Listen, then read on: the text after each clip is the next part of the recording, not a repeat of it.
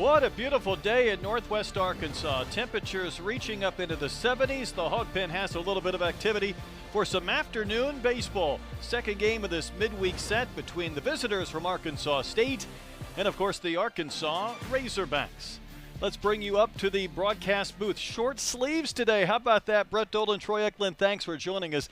Yesterday, though, was all Red Wolves. A big win for the Arkansas State program. They win at 12-4. The ball was jumping, and they took advantage. Well, they really did. They threw the ball well, and they started off really hot. How about 5 home runs, pounded out 14 hits.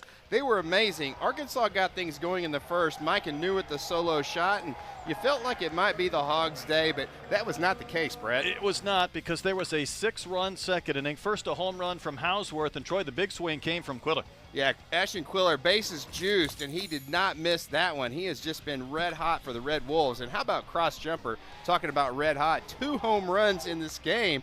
The senior really let it fly yesterday. He did in the 4th inning. Zach Stewart did not get cheated. How about 414 feet worth? And I think a lot of us thought that ball might have gone further than that. It disappeared up on top of the building. So while the Hogs had a couple of swings and some good ones, it was not near enough. And Troy, part of this 12-4 win, it was pretty much all Arkansas State. Boy, it really was. Just consistent at-bats. They really fought Arkansas pitchers and went deep into counts. They had 7, 8, 9, 10 pitch at-bats for the Red Wolves. Take a look at the lineup that Arkansas State will use today. The exact same as yesterday. If it's not broke, don't fix it. You see Cross Jumper coming off the 2 homers. Ashton Quiller ready to lead things off. He had the grand slam, and they're going to get up and get to face an Arkansas pitcher that I'm excited to see, and James DeCramer. Yeah, DeCramer's got some really electric stuff. He's going to sit 93, maybe get up to 96 with that fastball, kind of that 3/4 arm slot, and a big sweeping breaking ball as well. But I tell you what, he is dominant when he is on.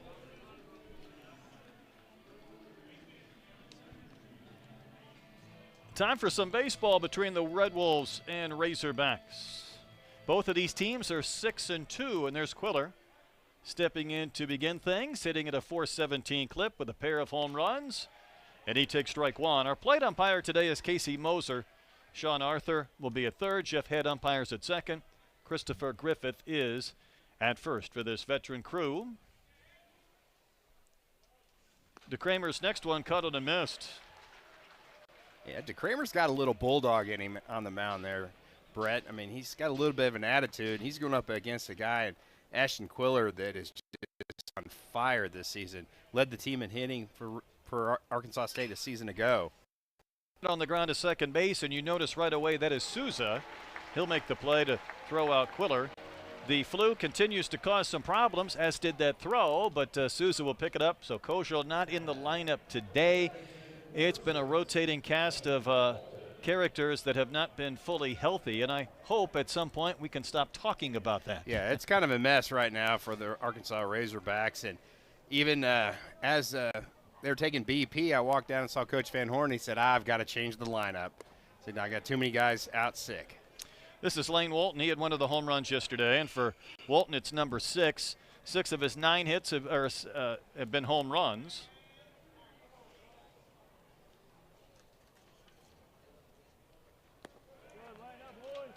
Off to a really good start.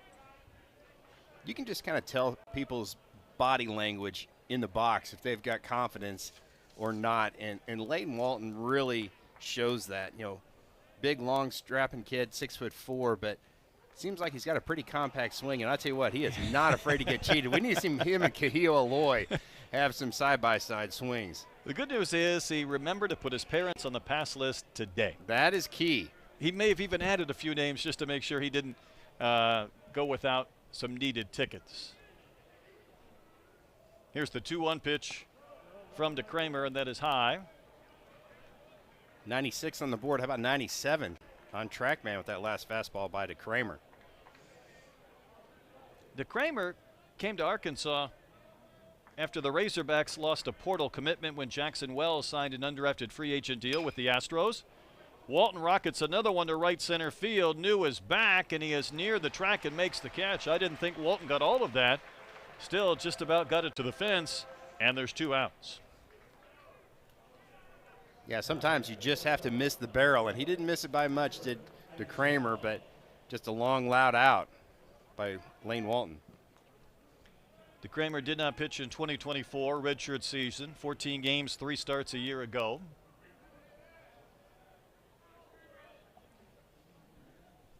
This is Patrick Enskov. 1 for 5 a day ago for the Little Rock native.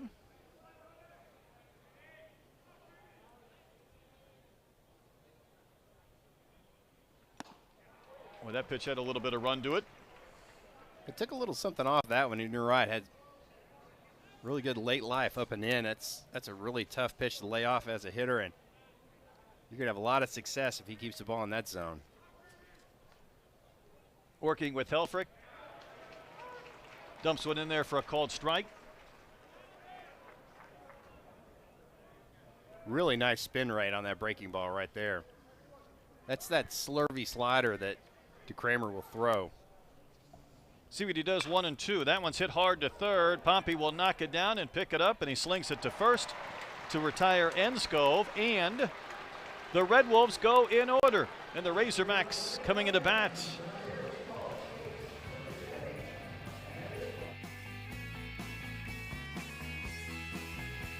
Starter today is the junior Colin Maloney. Yeah, another 3/4 arm slot guy, really similar to James DeCramer. And then he'll sit in that upper 80s, low 90s, might touch 92, 93 with that fastball. When he's on, he's got some good sink, and you're going to see more ground balls out of Maloney. Arkansas's lineup, again, looks a little bit different today. Mike Anu in center, then Helfrich and Reese Robinette batting third. Who's healthy? Well, it's not Kozel, so it's Aloy, Souza, and Zach Stewart will be the DH. Pompey was at short yesterday. He's back at third. Christian Turner in left, and Brumbaugh's at short. And it's a roulette wheel of spinning this thing around over the last couple of days. That's right. Good to see Christian Turner in there. Dave Van Horn talks he loves his speed. If he can ever get on the bases, he can really go. So Colin Maloney finishing up a year ago, 9 starts, 13 appearances, and there's the duck. No masks in that dugout. That's a good thing, but I think Davis had to work a little bit harder to find some healthy bodies. And just about the time you get somebody back, though, Troy, then somebody else goes on the shelf. Yeah, it's kind of one of those things. You want the team to have some camaraderie and hang around each other, but then you almost have to quarantine the guys that aren't feeling very well. You need to have a sick room and a healthy room. Yes. Here's Mike Anu. Hit his second home run of the season yesterday in the first inning. His very first at Baum Walker. Also had a run-scoring single, part of a 2-for-4 afternoon.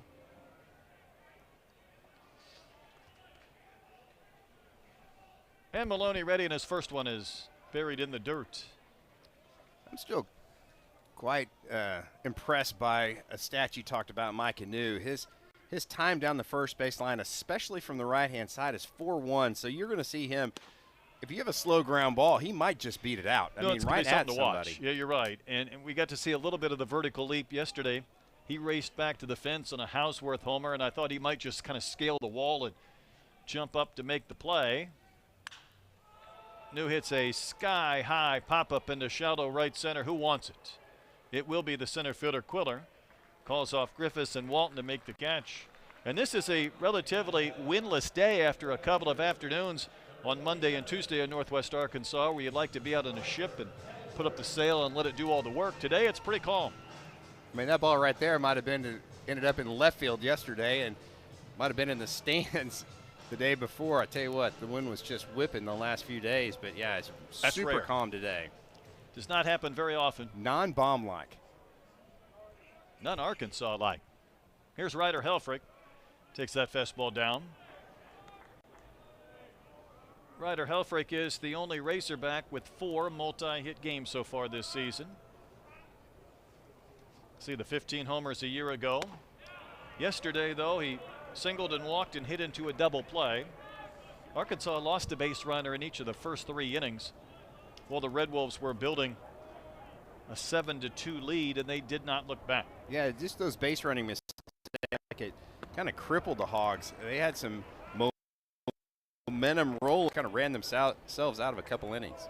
You know, it's funny, we talked to Coach Silva today, and we had just an incredible visit with him. And, you know, he deflected some of the credit and praise for his team as Helfrich takes a high strike.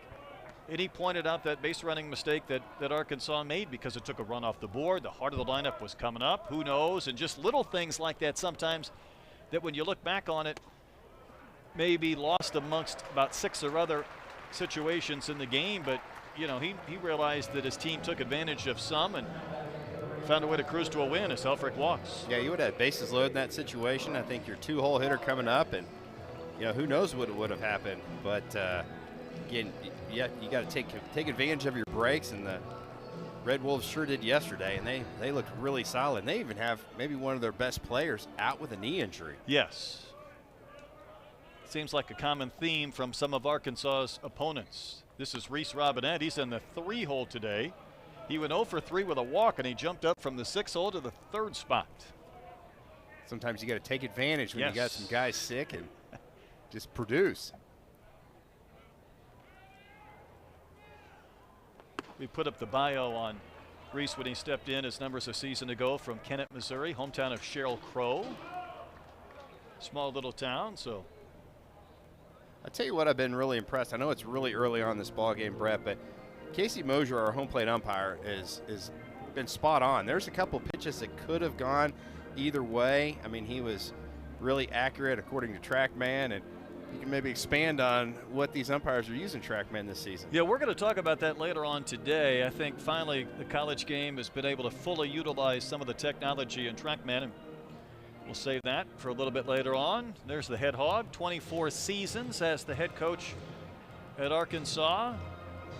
And every year has its own challenges. I think this year for Dave and beyond the flu is just kind of using this 18-game homestand to kind of find out a little bit more about some of the newcomers and some of the transfers and solidify this lineup before conference play. Yeah, I think so. A lot of new faces. You just don't know how guys are going to respond. You saw how they did in the fall and early spring, but boy, when the lights come on and it's game time, sometimes guys respond better or worse. Maybe the pressure kind of gets to some, and the other guys are, you know, just like Allen Iverson. Dave used an expression, and here's the 3-0, and it's a called strike to Robinette, that Bubba used on radio with me the other day, and he said, I feel like guys are kind of chasing some hits. In other words, you're like, you know, I'm a weekend, I need more hits, I need a couple of home runs, and you start thinking and expanding the zone a little bit. Whoa, that's a wild throw, and it's going to end up in the seats. Boy, ricochet off the first base glove of Campbell. And you really don't think Helfrich's going to go anywhere. You have a left-handed hitting first baseman, kind of an unnecessary pick. You can see a pretty short lead right there, and boy, that thing came in hot to Campbell at first base. Yeah, it hit the glove, and you think, well, why wasn't it caught? Well, that was a fastball from Maloney.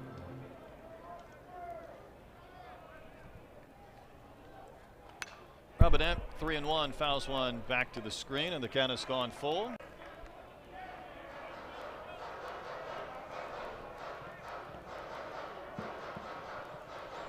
Without Kojal in the lineup, though, and Camden's numbers, it's another opportunity for somebody to play. You'd like to see for Arkansas's cause someone take advantage. Here comes the payoff. Fouled back again from Maloney to Robinette. I feel like Robinette's kind of leaning out over the plate to try to protect that outside corner. Kind of almost jammed himself on that one. It really wasn't that far inside.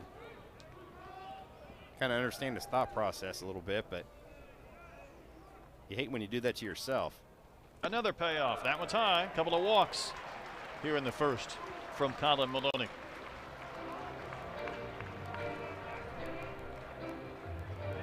It's something that the Red Wolves really didn't do yesterday. How about only 4 walks for the Hogs? Tony Silva, you know, Troy, we just had an incredible conversation with him before the game, in addition to a couple of nights ago. And the first thing I said to him, how many calls and texts did you get? And he thought about it. He said, a lot. A lot, yeah. He was really happy for his kids in the program. And again, we talked yesterday in the broadcast about the buzz in Jonesboro, and boy, that'll do nothing but just increase that. And that's what that program needs. They need continue to get more and more exposure. I think the community's really backing this team. administration is as well, and it's good for the baseball in the state of Arkansas. Kahio Eloy took a vicious swing and fouled one at the plate. Kahio's hit in 6 straight games, a slugging percentage at .826. Chance to put the Razorbacks in front. And just to add on to your point with what Chris Curry is doing in Little Rock and Tony Silva in Arkansas State, the level of college baseball performance in this state keeps getting better and better. Kahio fouls one out of the glove of the catcher Amundsen, but you know, Mike Silva, he had a lot of success at Nichols, and if you can win there and you can get into a couple of regionals, that's impressive. You know that you have the formula down to take that someplace else and do the same thing. Yeah, I think that's probably what the administration of Arkansas State saw in Mike Silva. Just, again, his ability to coach these kids up and do a great job of analyzing talent. Kahio will send one out into center field. That'll drop in front of Quiller. Helfrich will turn third. He will score. Robinette hits the deck, and he still has a chance to get to third if he can pop up. They needed to do a chalk outline on Ryder Helfrich or Reese Robinette between second and third after Helfrich scored. But I think Reese almost gave up on the play, and when the ball was kicking around, he popped up and made it to third base. Did Robinette get tripped at all? I don't know if he got tripped, or, you know, when we used to have AstroTurf on the field, we called it a turf monster. We'll call that one a dirt monster, just like a hand came up and grabbed his foot. But first of all, good job by Kahio Eloy with 2 strikes. Really muscled that one out there. Robinette hit second base, and you can't see what happens. Maybe here's a better angle. Let's see if he trips over his own feet or what happens. Because Dave Van Horn is out there, and that's what he's talking about. Oh, that's wow. why Robinette went down. Dave went out and talked to Jeff Head, so he saw that right away. He wanted some version of obstruction. Had Robinette been out, that would have been a bigger issue. Yeah, it really should have been. Now we know why Robinette went down. And you could see Reese was almost surprised or shocked, Troy. That he didn't get the call. Well, yeah. Just that, you know, he didn't realize what hit him. You kind of have that mini collision, and you're running at full speed, and takes the wind out of your sails just a bit. I mean, he's looking at third base. He's not even looking right now at Engskov. And obviously, I guess Jeff Head said it, just 2 guys that happen to be in the same place at the same time. Arkansas, out of all that, gets a run, and there's Nolan Souza. I guess we lose track of the fact that was good RBI from Kahio. I mean, Kahio Eloy just does what he does. That's Driving good RBIs. runs. What, 70 a season ago? Off to a good start with 9 this season. Souza takes one down and out. 2-0. Again, that's a borderline pitch that I know that Colin Maloney wanted, but it is. It's about a baseball off that plate. Just a great take by Nolan Souza. Souza swings through that one for strike 1. Really love the approach of a lot of these college pitchers nowadays. You know, it used to be you just pound the bottom of the strike zone. Now these guys, if they've got a little bit of carry on that fastball, they'll not afraid to challenge those hitters up in the zone. Hard hit, but a chance for Walton to get 2. There's 1 on to first. Double play, and that's a big sequence to end the inning and limit Arkansas to just a run.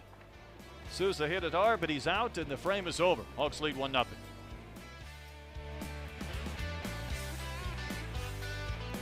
It's the Razorbacks. Ever's a long time, and with the 12 runs that the Red Wolves put on the board, it was more than the 11 combined runs that Arkansas State scored in 5 games against Arkansas from 2021 to 2025. And I guess when you hit 5 home runs, you're probably going to score in that 12-run range. Yeah, 5 home runs, a grand slam, that'll do it. And again, and lost in all that was just the job their pitching staff did. They had 3 really good pitchers and really kept Arkansas off balance for most of the game. Evan Griffiths, the right fielder, leads things off against DeCramer in the second. Griffiths 1 for 4 with a single and a walk and a run scored yesterday. DeCramer's pitch. There's the slider, and it's cut and missed.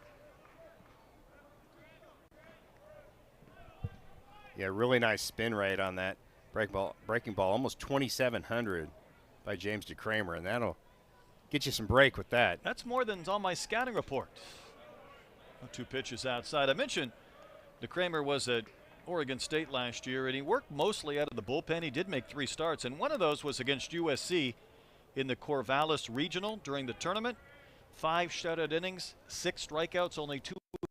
That's a nice way to go into the portal, too, to finish on that high note. Yeah, it really was. That looks like changeup we've seen out of DeCramer. That is a low spin changeup. Almost kind of has some knuckleball action on that one. 2-2 the count. And that pitch is on the corner for strike 3 called. Boy, talking about dot in the corner right there. That's what James DeCramer just did. And tell you what, it doesn't hurt to have a really good veteran catcher in Ryder Helfrich. Watch Helfrich frame this pitch up right here. Again, just a little bit with that wrist. Doesn't move the whole glove, just the wrist. Would you call that a curve or a slider? Because he throws both. That has almost curveball spin. Yeah, that has some, kind of has some more of the sweeping action. Seems like it's got a little more of that slider in it. That's why I asked. This is Hausworth, the DH. Homer and an RBI double yesterday for the St. Louis native. One more thought, though, on DeCramer. Might have had a bit of a friendship with Gackle and Helfrich before he came here. So it always helps to have some people within a program that you can go to for some advice. 2-strike pitch is fouled back and out of play. Yeah, kind of like, how do you like it? What's your thought process? And again, yeah, it's always good to have a friendly face when you get to town. I think McIlvain did the same thing with Kojul. I believe so. Coming from Vanderbilt. And sometimes it is as simple as saying, you know, I don't want to make a mistake. Let me know if this is going to be a good spot for me. And that pitch did not miss by much. A little bit out. The count 1-2. Again, Casey Mosier, our home plate umpire, he's on it. He's locked in at the plate today. 1-2 from DeCramer. Runs a fastball at 95, up and out.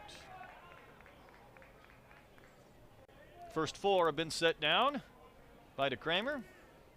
He's just kind of one of those guys that's somewhat animated on the mound. He gives you, looks like he's almost kind of max effort on all pitches. Good pitch for strike 3. Back-to-back K's looking here in the second inning. I think it's just that fast motion that he has. You can see the windup here, even in slow motion.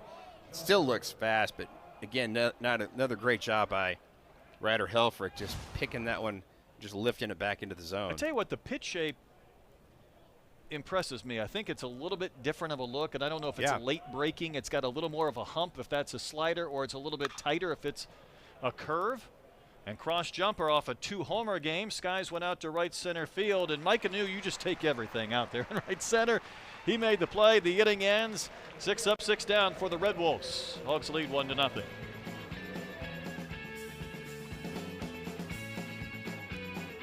No surprise, there's conference teams everywhere, loaded again. And also take a look at those teams that are on the Razorback schedule, including Mississippi State, right out of the gates in conference play.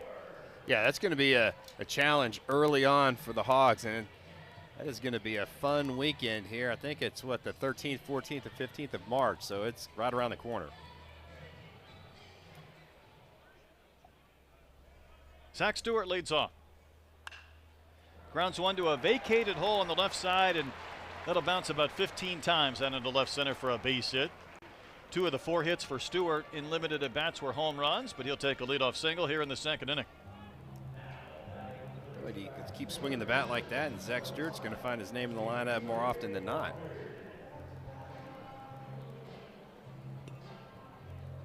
Brett, you talked about yesterday's game, and you know, what positive thing could come out of that as far as the Hogs go. I think that the hard single off the fence by TJ Pompey might have gotten him going. I mean, I hope so. Just a really solid contact swing, and you know, when you're really scuffling at the plate, sometimes that's all you need. Just hit the ball hard, get a hit.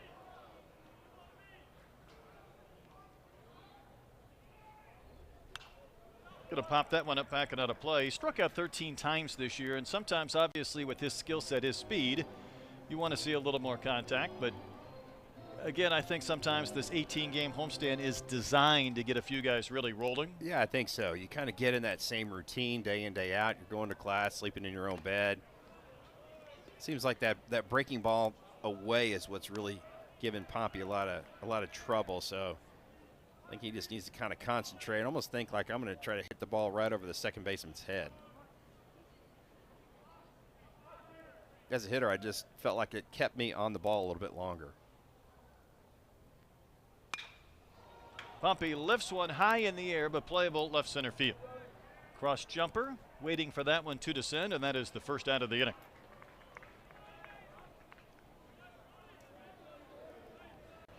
We hit that one on the screws, just straight up. It's a good job by Colin Maloney. Really took something off of that breaking ball. That only came in at 79 miles an hour. So, again, it was that change of pace with the velocity that had Pompey out in front a little bit.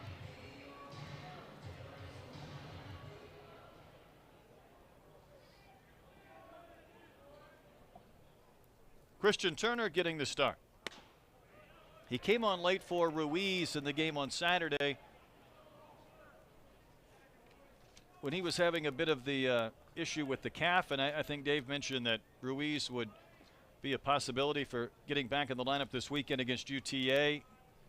Been a little bit different for him not being in there last couple of days, and Arkansas has missed his production, Troy, because when you look at what Ruiz has done, .412 average. Just got on base. Got on base, 6 walks, 583 on base. So hopefully he's back soon. And I tell you what, that's a lot to be said for just getting on base and putting pressure on that defense. Turner just a tick late on that last fastball.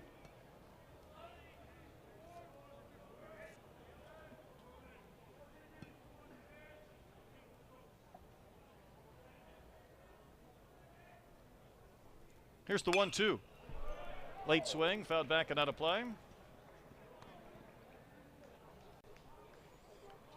Turner from Houghton, Louisiana. Sounds familiar, doesn't it? Should. Same hometown as Peyton Stovall.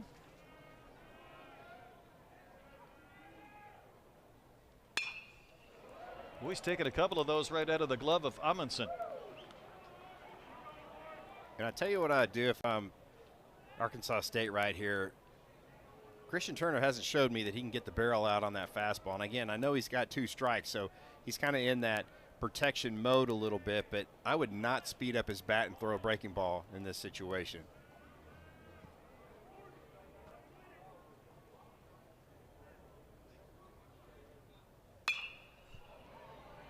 Lifted down the line in left and bending out of play again. That looked like a changeup. That 5 miles an hour slower than the fastball.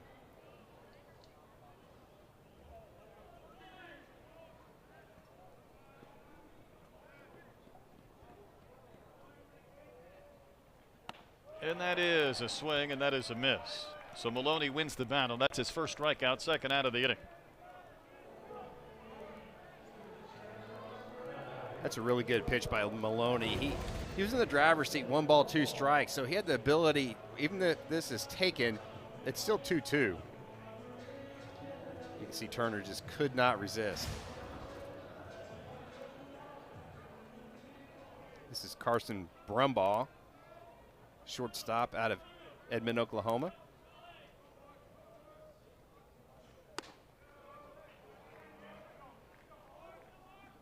Out of the lineup yesterday.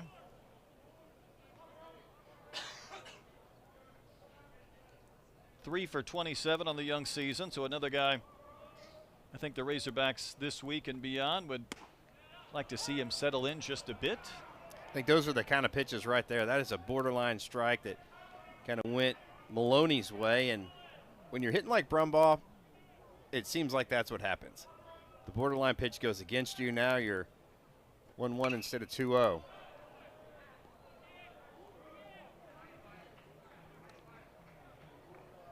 Zach Stewart, not really much of a threat to steal over there at first base.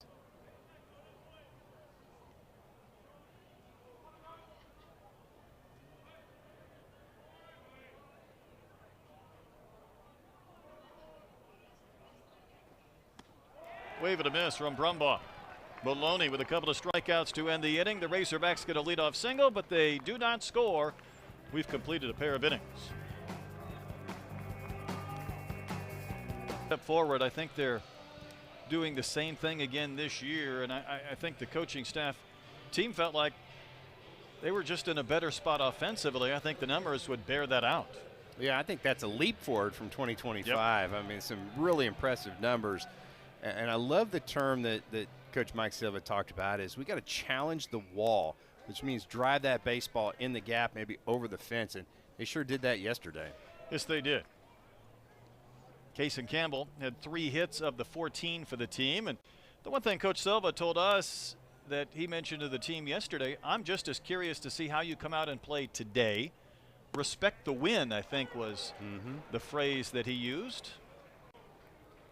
Kind of like the old saying goes, act like you've done it before. And he said he was really happy with how his team reacted right immediately after the ball game. He said they were excited, but not just like they won the national championship. Ground ball to Souza. Should be an easy play and is for the first out. And I think part of that was because the outcome really wasn't in doubt for the last couple of innings. Right. Very business-like approach. But again, I think he told his kids and his players, you're going to be social media heroes for a day. You're going to hear from a lot of people, friends and family and Red Wolves fans. And that's the new part of the equation, I think, in the last decade for these players, the immediacy by which people can reach them. Enjoy it, but stay grounded, I think, is kind of his point to that. Here's Torres, the third baseman. He'll wave and miss. Was on base 3 times yesterday. The Puerto Rico native scored a couple of runs, drove in a run.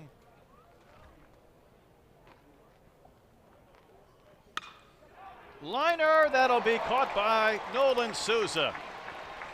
He was perfectly placed. He started to climb the ladder, and then the only thought was, would that ball still keep going over the reach of his glove? But he brings it down. That's when it doesn't hurt to have a 6'3" second baseman. I'm not saying the Kojal could not have caught that ball, but that would have been interesting. Camden would have had to have some hops on that one.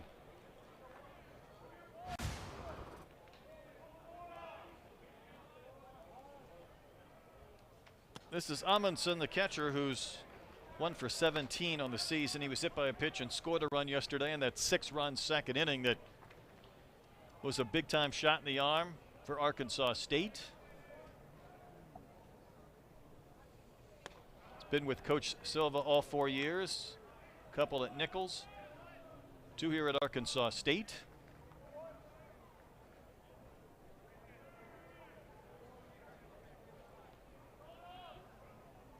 Minnesota native. He takes and looks at one a little bit outside and low. Really good take by Amundsen right there. Those catchers with a good eye, because they understand that strike zone just a little bit better than position players. And this is a defensive catcher. I mean, a year ago he threw out 17 runners trying to steal. It's a pretty big number. That's really impressive. So you're hoping to get a little offense and then just do your job defensively. That's right. Almost like a really good shortstop or second baseman. True. A lot of teams talk about how critical it is to have great players up the middle, and that starts with your catcher. I got a piece of Helfrich on the swing. Might see DeCramer come a little bit farther outside. That was down away. Really great pitcher's pitch right there. Amundsen just got a piece of it. DeCramer's a lot of knees and elbows when he starts that windup.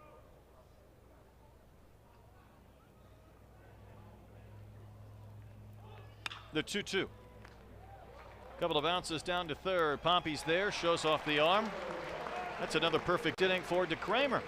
Good start for the. Having a big impact on the Red Wolves offense, but so as well as the pitching staff. You can see the numbers from 2024 and how much they improved when he got on campus in 2025. And again, he still feels like there's some improvement to be made, but you really see how competitive just everybody on this whole entire team is. And I think that kind of gets back to, just the tone that these coaches set. Said, hey, you know what? We're going to play good teams. We're going to expect a lot out of you. We're going to coach you up, and let's go get them.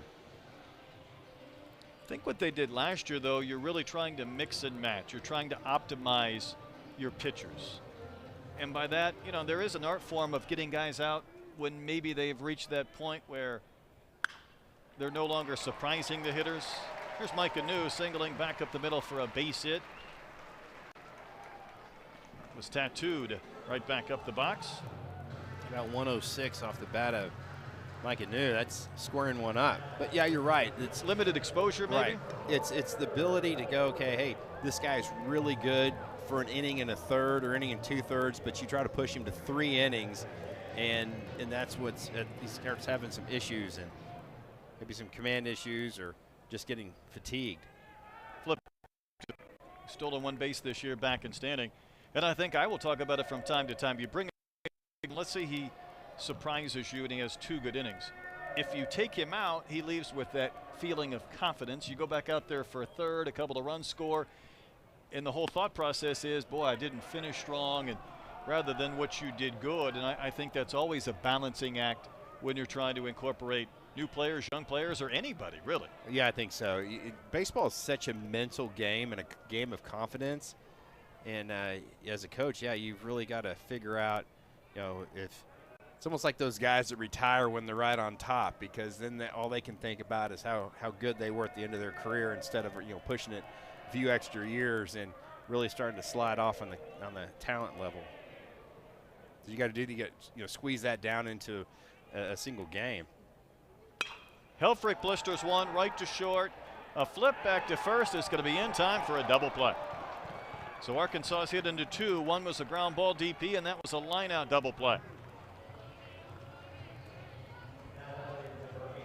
Yeah, boy, the Hawks are losing some base runners. Yeah, they really are. That was, you know, a line drive that was right where the shortstop should have been playing. You know, it's easy to, you know, critique and analyze up here in the booth, but as a base runner, you have to kind of expect that ball to be caught just where it was hit. Certainly it's in front of you. Robinette waves and misses. Reese walked back in the first. Was stranded at third base.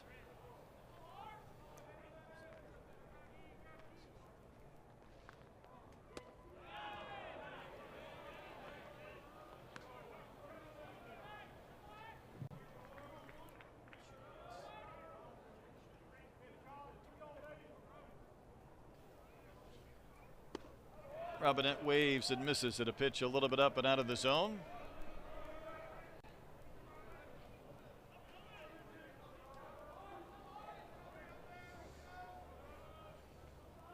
Maloney issued a couple of walks, including 1 to Robinette in the first and an Eloy single, and that's the lone run so far in this game. Arkansas has all 3 hits so far. You can see Maloney really starting to gain some confidence after that line drive double play, because, boy, that just really changes the outlook at this inning. Boy, he's working in on Reese Robinette. The ball was several baseballs in. He thought he should have had it. There was one that was much closer than that. Somebody asked Casey Moser in the Red Wolves dugout, and he kind of moved his hands a couple of inches apart, motion like 3-4 inches. Payoff pitch. Another vacated hold on the diamond where Reese Robinette will find a base hit. Stewart did that in the second to left field. Robinette reaches right field on the ground here in the third. Yeah, you can see the huge hole. Hits it right almost at the umpire, right out there, and where the second baseman normally would be played. And I don't disagree with playing a little bit more of that shift, but sometimes with 2 strikes, you don't want to kind of play a little more true to the position than shifting that much, because if you're a hitter, you're kind of trying to think maybe look breaking ball and adjust to a fastball. I tell you what, if you're an Arkansas fan, you really like when Kahio Eloy comes up with men on base.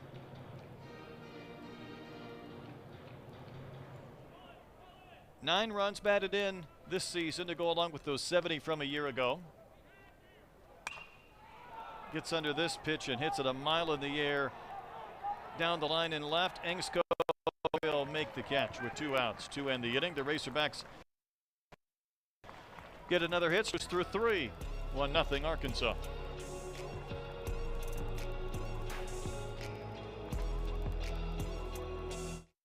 70 degrees, very little wind.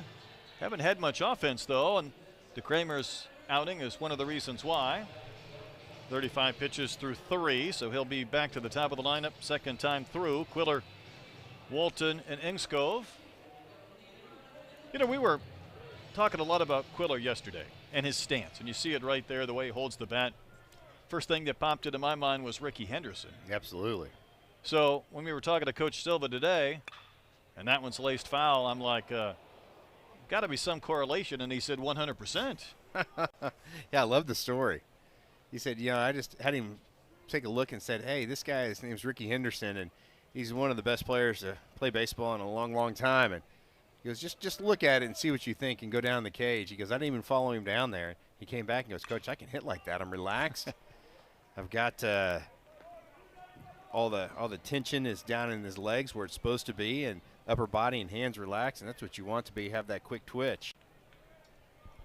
One thing Coach Silva mentioned that, you know, Quiller was just looking for an opportunity. He's one of the best in the Sun Belt, and Nichols was really it as far as options. A chopper to third, taken by Poppy from the foul side of the line. He will throw out Quiller. He's shown off that arm in a couple of plays already today.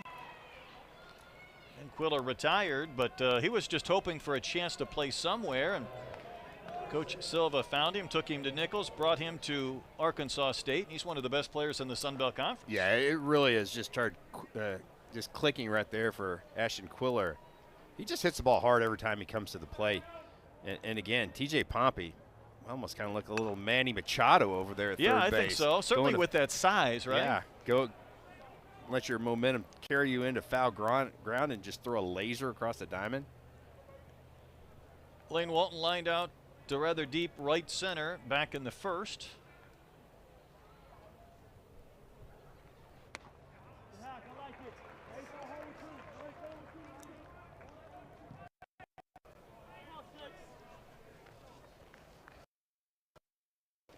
Yesterday, but from George Ranch High School in Sugar Land, the same high school that produced Kevin Kopps. We remember him, don't we? Will we ever forget Kevin? And that one is down the line and left and out of play. Kevin looked like he was throwing a wiffle ball up there, the way he could spin that baseball. Just makes you smile when I say the name, doesn't it, Kevin Kopps? And just a great human being. I mean, I tell you what, just a completely humble kid, really just kept grinding throughout his whole career, and then it just kind of clicked for him. 0-2 pitch spiked. Gets away from Elford.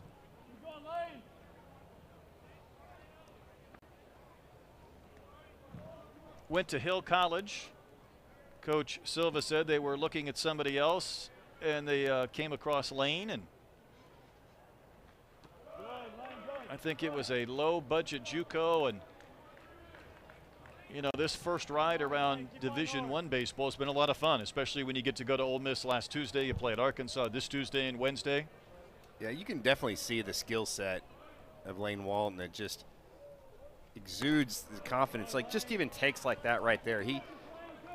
When you're locked in, you can tell about half of that pitch halfway to the plate if it's going to be in the zone or not. Taking the count from 0-2 to 3-2.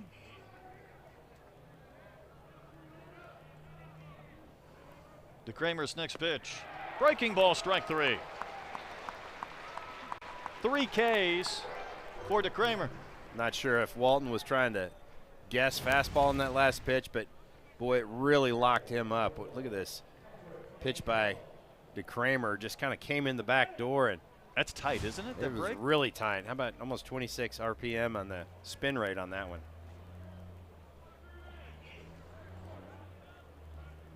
Engskov bounced to third to Pompey, his only time in. So DeCramer has a chance, if he could retire the Red Wolves shortstop, to get through 4 innings in less than 50 pitches.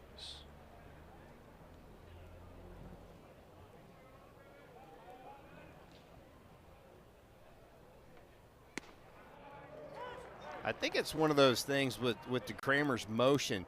You see he has it's so fast that every pitch looks like it's going to be a fastball, just because of it looks like he's trying to generate as much power as he possibly can. And then here this really tight breaking ball shoots up there, or even a straight changeup, and I think that's the deception of it. I think you're right.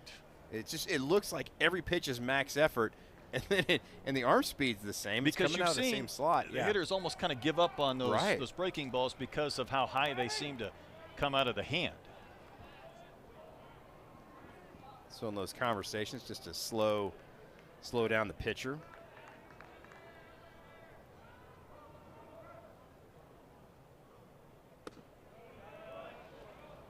The offensive timeouts have taken over our game. They really have. Even Arkansas is breaking down and doing it. See DeCramer, as he's going to the plate, he'll peel that ball away from the glove and kind of give it a second tap. That would jack me a little bit up as a hitter. It would too, yeah. Because I'm watching that ball come out of his glove, and then he's tapping it back down again. Taps it back in again.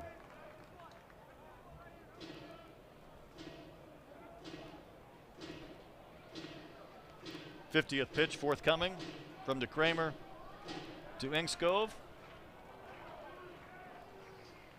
Hogs got a run in the bottom of the first, and that's it so far. The 2-2 is chopped up the middle. Brumbaugh with it. That is the first base runner for the Red Wolves. Engskov will hustle it down to second base after the first 11 were set down. The Red Wolves have a base runner. You were thinking, well, that's going to be a base hit, and then Engskov just kept right on running. Let's see how if he busts it right out of the gate. Yeah, he thinks that might be a play at first, but it's a great job of coaching over there at first base to tell him, hey, you can try to get two right here, and tremendous hustle now with 2 outs. The Red Wolves have the tying run at second base. Hustle double. It's 50 pitches, and DVH is already made the call to the bullpen, so DeCramer had a chance for 4 perfect, as it is 3 2/3 innings. He's done. Arkansas to make a pitching change. We'll step aside and come back with the new hurler right after this.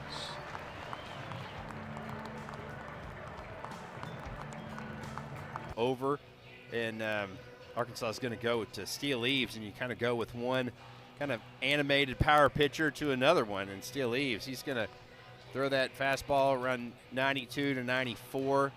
That's some good sink, tight breaking ball as well. You can see the numbers so far a season to go for Steele Eaves. Ed Hobbs with DeCramer. Quick conversation before we resume play. Steele Eaves pitched back on Saturday for Coach Hobbs and threw a couple of scoreless innings in a game Arkansas would walk off in the bottom of the 9th. Gave up a couple of singles. Talked about the fact that on Saturday in that game, Coyle and Eaves went back-to-back, and that duo threw 55 pitches. 48 of the 55 were strikes. Yeah, that's filling up the zone. Goodness. Because sometimes you miss on purpose. Intentionally. You just don't want to throw everything in the zone. And I tell you what, if the scouting report is probably out on Steele Eaves and said, if you be aggressive when you come up to the plate, because he's going to throw strikes. Evan Griffiths, the cleanup hitter, is the next man in. And the pitch down and away from Eaves. Again, defensively, Arkansas is playing pretty straight away. Brumbaugh a little pulled over on the pull side. That is a warning right there from home plate umpire Casey Mosier saying, hey, Steele Eaves, let this hitter before you start going into your set. Good pitch for a strike. Griffiths is a Florida native and a Stetson transfer a year ago. 10 home runs, 45 knocked in.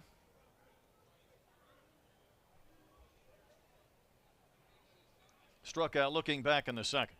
Pitch is outside. Notice the velocity from Eaves. It's been in that 93 to 94 range. When he came into the program, it was more 90, 91. Yeah, really has developed some strength. Hunter Bell, the great strength and conditioning coach here at Arkansas, has really helped these players just kind of not only put more muscle on, but just range of motion as well, too. Good pitch, strike 2.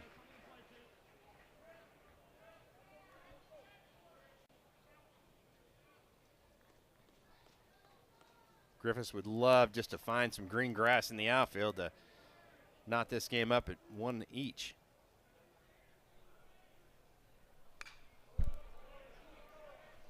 That's a great job. That pitch is right on the edge of the outside corner, maybe a baseball off.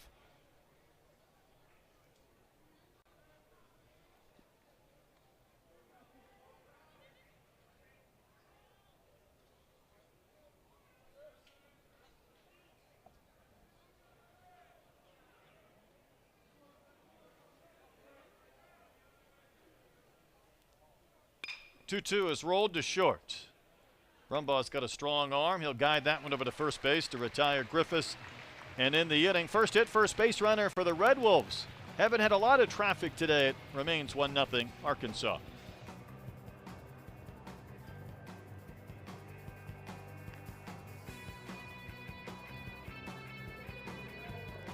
Have gone to their bullpen. They're going to bring on a left-hander, Ryan Ashford, a Miami transfer.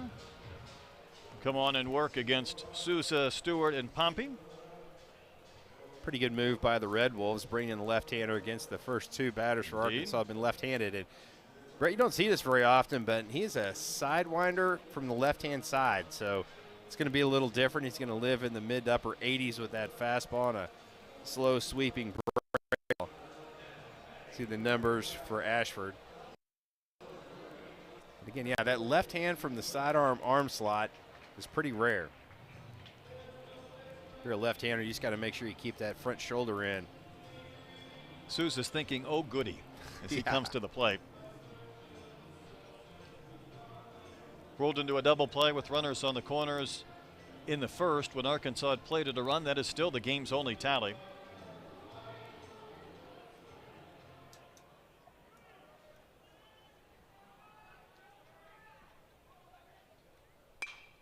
Sousa will lift one to center. Quiller will come gliding in. He's there. One pitch, one easy out to begin the bottom of the fourth inning. Brings up Zach Stewart. Stewart drove in a couple of runs for the Razorbacks yesterday, including homering for the second time in as many games. He tried to give the Hogs a lift. They would lose 12-4. And they were not the only team that lost, though. I think 4 of the top 6 teams in the coaches poll lost yesterday to unranked opponents. Yeah, it was a bad day for the high-ranked ball clubs, and again, that's baseball. It just happens, and there's a lot of talent across the country, and these years with some of these rules, I'm telling you what, these teams just continue to get older and older, which means they're getting better. It'd be interesting to see what the average age of D1 players is. It's got to be like 21 as an average. I think Matt Jones did a piece early in the year on Arkansas, technically a little bit younger than last year, but we're talking about by weeks. You know, you're still in that 21, 22-year-old range. And that's with a Brumbaugh who's 19. Stewart will wave and miss, and that is a quick strikeout, and there's 2 outs. But LSU lost yesterday to McNeese, 7-6, and ended a 16-game win streak. That's a pitch that starts out in your back pocket. And Ryan Ashford just really locked up Zach Stewart on that last breaking ball. TJ Pompey flew out to left his only time in. Well, that's right down the chute for a called strike.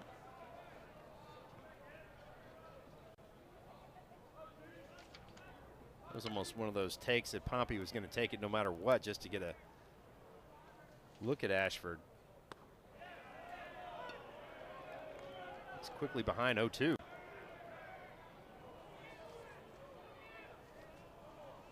He's pumping strikes.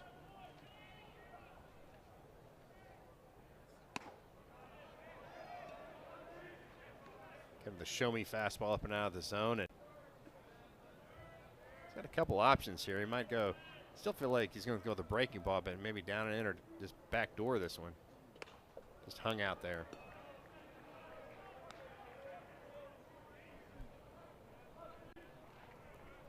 Four hits for the Razorbacks, 1 for the Red Wolves. On a really good hitting day without much wind, these pitchers have been in command.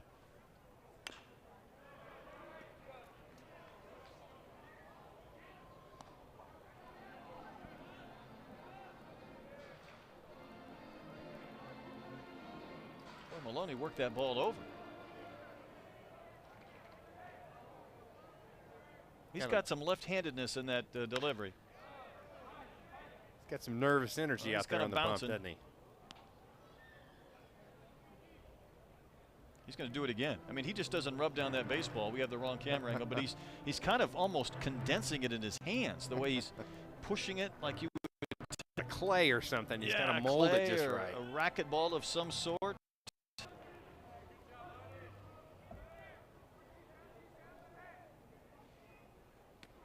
He'll get Pompey, though, to wave and miss. Strikeout will be completed with a throw down to first, and Ashford just put up a perfect inning. Sends this to the fifth. Still just one run has come across.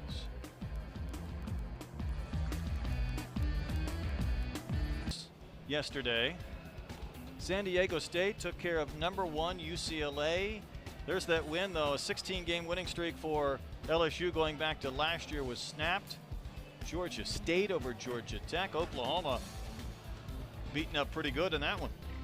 Yeah, there's some big upsets there in those midweek games, and a lot of times, those bigger schools, they might do some substituting of players, but again, you want to try to win every game, and just shows like the parity in college baseball. Ole Miss got a win yesterday. They moved to 9-0 for the first time since 2022.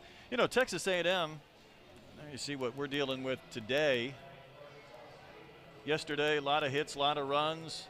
Today, the pitchers have been in command.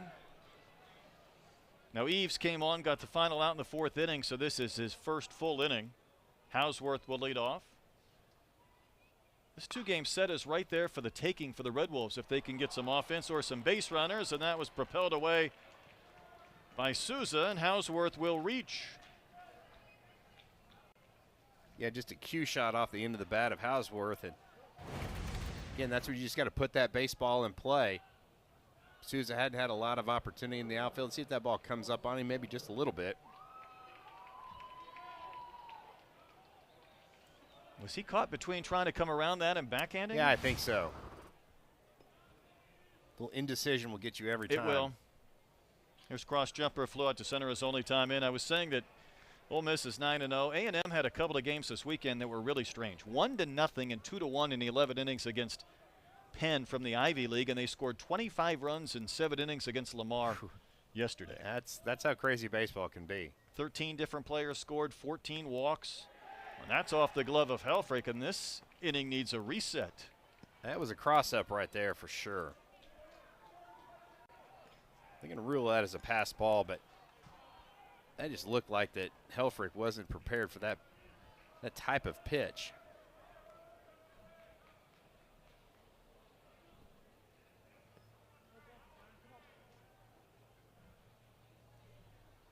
Well, just like that, the tying run is nobody out. Pretty good start. They've had 6 run rule wins in 9 games. Hit a couple of grand slams yesterday, already 4 this season. Wow. So, you think about some of the teams around the league. You go to Texas and LSU, but don't forget about Vandy, and some of these other squads are putting up some numbers. I don't think that there's an easy weekend in the SEC. I mean, we haven't even talked about Mississippi State. Hogs will see them early. But Vandy had his player named Braden Holcomb, who was the SEC Player of the Week last week. He had a grand slam and a 2-run homer yesterday, so he's right back in competition for that again. He has 21 runs batted in this season. That's ridiculous. I mean, Arkansas's leader has, maybe 10? If that. Kojo with 10, Micah New with 10. Cross jumper takes a big swing and came up empty. Steele leaves the K, and he kind of needed that to kind of calm this inning down after an error and a pass ball. Yeah, anything on the ground is probably going to move the base runner up to third base. And look at the bottom fall out of that one. Eves really got on top of that breaking ball. That's striking out a really hot cross jumper. Kason Campbell bounced out to second, his only time in. That one's outside at 93.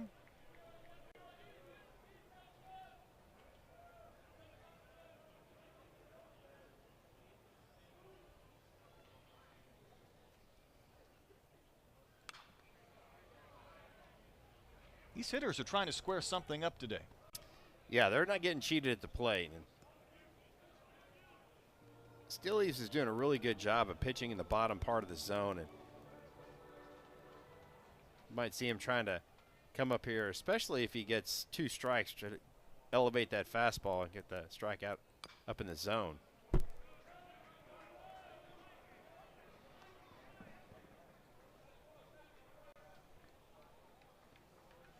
Just a base hit, though, would let these Red Wolves tie things up, and considering they had all the momentum yesterday, that would be a big boost or a pick-me-up for that dugout.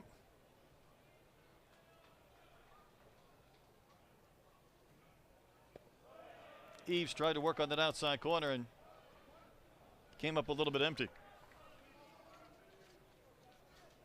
It's a good take by Campbell. I know that pitch really wasn't that close, but if you get a little jumpy at the plate, that's one you can definitely offer at. See if he comes to that breaking ball again. Right back with the fastball up and in. Well, that almost hit his hands on that swing.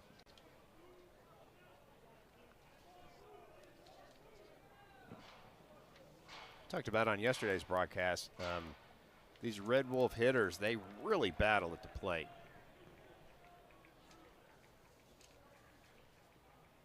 Wave and a miss. High fastball for the swinging strike 3. That's back-to-back strikeouts from Steele Eaves. And you kind of felt like Eaves early in the count was pounding the bottom part of the zone. If he needed that strikeout, he was going to elevate that eye level, and you could see he did it right there on Case and Campbell. 2 gone for Raul Torres, who lined out to a leaping Nolan Souza at second base. His only time in. Pretty good idea of the sink right there on that pitch, kind of running into the right-handed hitter, but it missed. Torres, one of those scrappy hitters that is an outfielder you can probably play a couple steps in. Certainly a guy who can play a number of different positions. Right now he's trying to drive in a run to tie things up. At second with nobody gone, he's there with 2 outs. Not close, 3-0.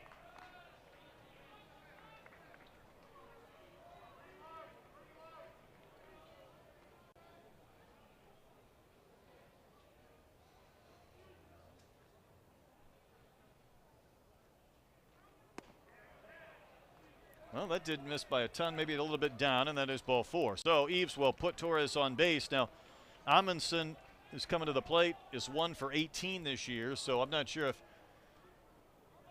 he was being a little bit cautious with Torres, but regardless, now the go-ahead run's on base. And a chance for a big swing from the state catcher. Yeah, I think if you're Eaves, you definitely want to get ahead in the count against the 9-hole hitter. Don't want to walk him. Ground ball to short. Run ball goes to second for the force. Bit of a close play. Torres went in with a slide into the ankles of Souza. Couple of runners stranded for the Red Wolves. It remains a 1-0 Hog lead.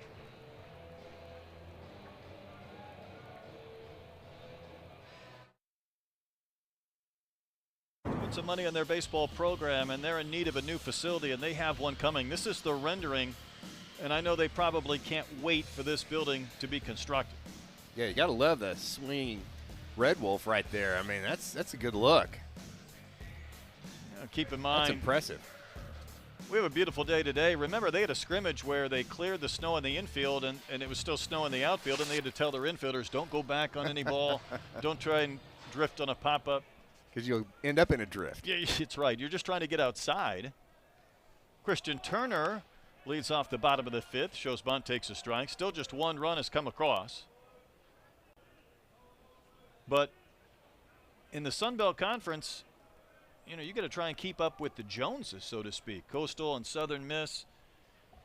And State really has some plans to do a lot. There's a bunt attempt. We know that Turner can fly, and he's going to be safe. That ball, and Turner arrived at about the same time with Campbell at first. Well, play. Yeah, off the bat, it looked like that play was going to be made. The pitcher, Ashford, You can see he wanted to bunt that down the first base line, trying to get it past Ashford, but he didn't. But just a tremendous speed and a little bit of hesitation right there.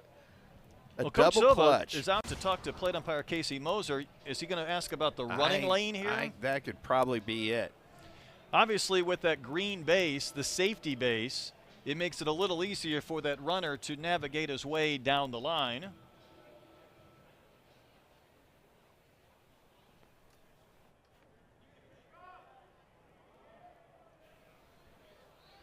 Not sure if Jeff Head's microphone is working. I think we know what they're going to go take a look at in the pit of confusion. And obviously, anytime that throw arrives with the runner, when that play doesn't go your way defensively, you're wondering if your first baseman had an opportunity to catch it cleanly. It felt like it was a pretty accurate throw from Ashford, and we'll see it again. He's on the fair territory side, and then he did hit that green base, I believe. It was in fair territory, and then the last few steps definitely hit that green base. With a throw, I didn't hit the glove of Campbell, really hit the back of Turner. Yeah. This is one of those kind of 50-50 balls, I think, or plays. You know, you saw Turner start for the first, I don't know how many feet, and when you're bunting and coming out of the box, you might be on the chalk or in fair territory. He tried to get his way to that green base. Even then, he was about ready to step both on the green portion and maybe get a little bit of white as well.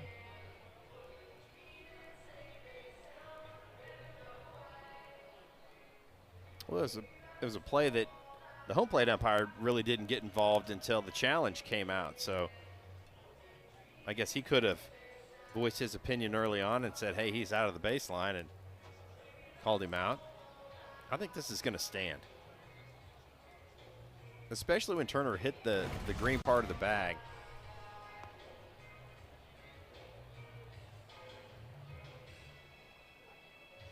Does look like he hit that green base. This is what the umpires are looking at.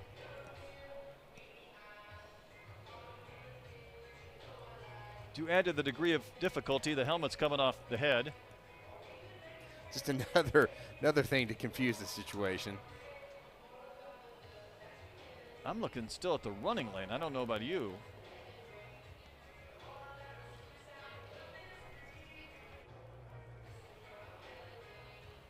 Definitely looks like he's inside in fair territory, not in that running lane right there, but it seems like he kind of ends up when the baseball gets there, hitting that green base. Almost like right in the middle between the green and the white was where that foot hits. That's what I thought in real time.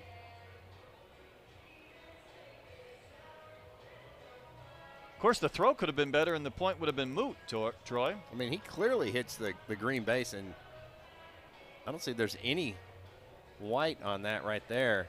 That just seems like an errant throw more than the base runner running inside the base. There was a bit of a double clutch as well from Ashford, which I think complicated matters on the throw. I think that was the key for the closeness of the play, was just that inability to get that first grip. That's always a hard thing for the pitcher. I mean, it's got to be rolling pretty slow to barehand a ball like that, but when you know, a lot of pitchers like to have a pretty big glove pitches in there as they change grips, and it doesn't help you when you're trying to make a scoop and transfer from the glove to the hand. Here we go. Not sure if Jeff Head's microphone will work. After the runner is safe. Arkansas State has one challenge remaining.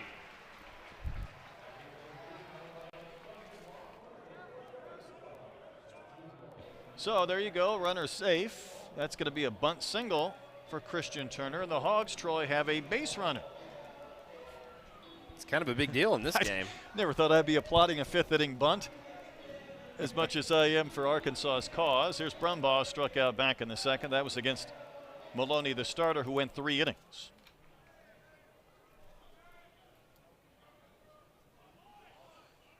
Brumbaugh squaring to bunt as Christian Turner draws the throw.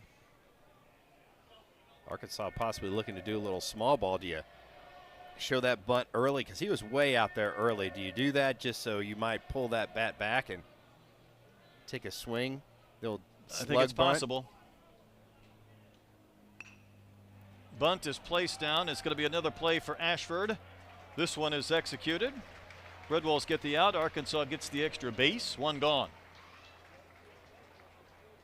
There's your pitcher's fielding practice. Back-to-back sequences for Ashford.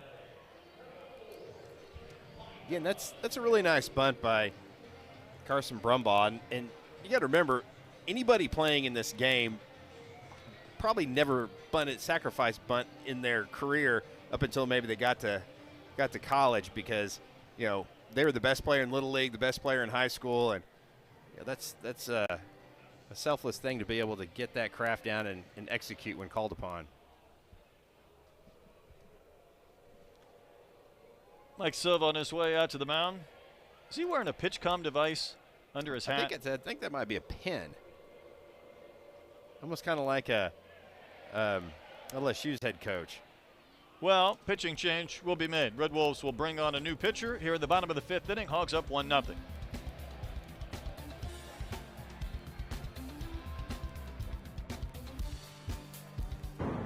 Third pitcher used by State today is right-hander Tyler Weimer. Yeah, Weimer's got a really live arm. He'll sit in that low 90, might touch 94, 95 with that fastball. Mix in a breaking ball as well. I tell you one thing you're going to see a little different from Weimer is if he's going against a right-hander, he's a little more over the top, and then when he faces left-hander, it's kind of a little more of that three-quarters arm slot. So that's kind of an interesting. You don't see pitchers really change that arm slot depending on which way the batter is, which side of the plate they hit on. Pretty good strikeout to walk ratio a year ago. Over those 13 appearances, 5 of which were starts. Right now he's trying to keep this a 1-0 game and keep it there for the taking for the Red Wolves. Arkansas has turned the lineup over.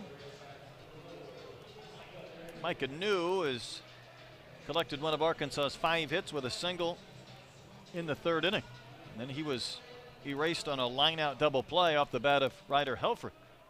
Well, anything in the outfield is going to score Christian Turner, who can absolutely burn out there on second base. Good first pitch and a wave and a miss.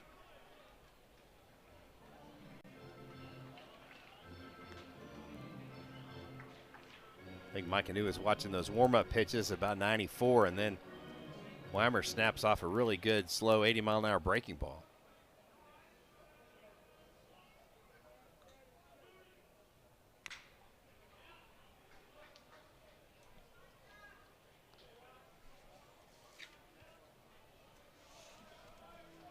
Red Wolves won 12-4 yesterday. Arkansas got the lone run in this game in the bottom of the first on a couple of walks and a single from Kahio Aloy, and that has been it.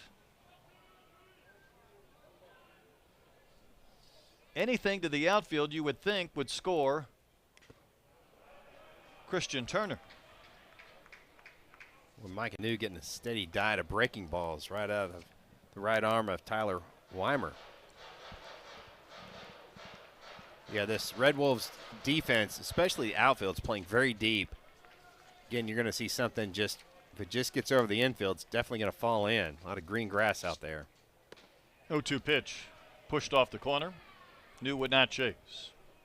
This is where Mike Anu has got to lay off the high fastball up in the zone. You haven't seen one yet. You're kind of amped up for it, and wouldn't be a bad pitch for Weimer. Wave and a miss. Boy, he snapped off a couple of those to Mike Anu. Boy, now when you look at that bunt and giving up an out in this inning, becomes even bigger, doesn't it? Well, you figure you're turning your lineup over, but boy, the bottom just fell out of that one. That was a pretty dandy pitch right there by Weimer. Helfrich has walked, scored the game's only run. He lined to short into that double play back in the third inning. A lineup without Camden Kojal today. Helfrich has been the true constant now.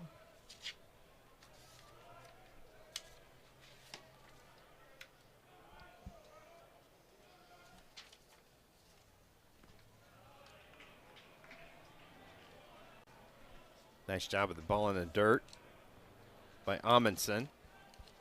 Again, if you're Christian Turner at second base, you got to make sure that ball goes all the way to the backstop or close to it to advance a base. You're already in scoring position. The 1-1. Helfrich started his swing. Did he offer? No on the appeal. Christopher Griffith at first said not enough of a swing.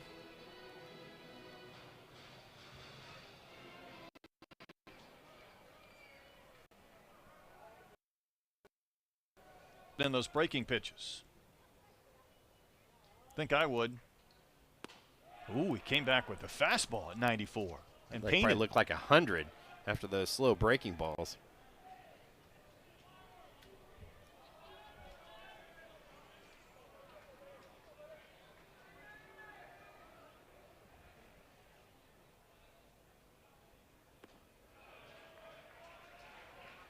Count's gone full. On deck is Reese Robinette, a left-handed batter.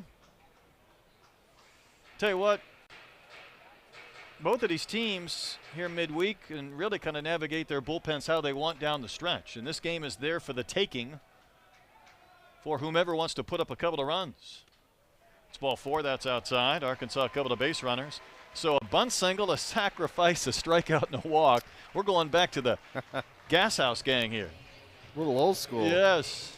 How about these stats for Tyler Reimer? Left-handed batters only hitting 143, where righties are 278. Let's see if Reese Robinette can have any success against that big breaking ball. And again, man, the bottom's really dropping out on it. You got to see that one up in the zone. Robinette lifts it in the air down the line and left, and it's going to bend out of play.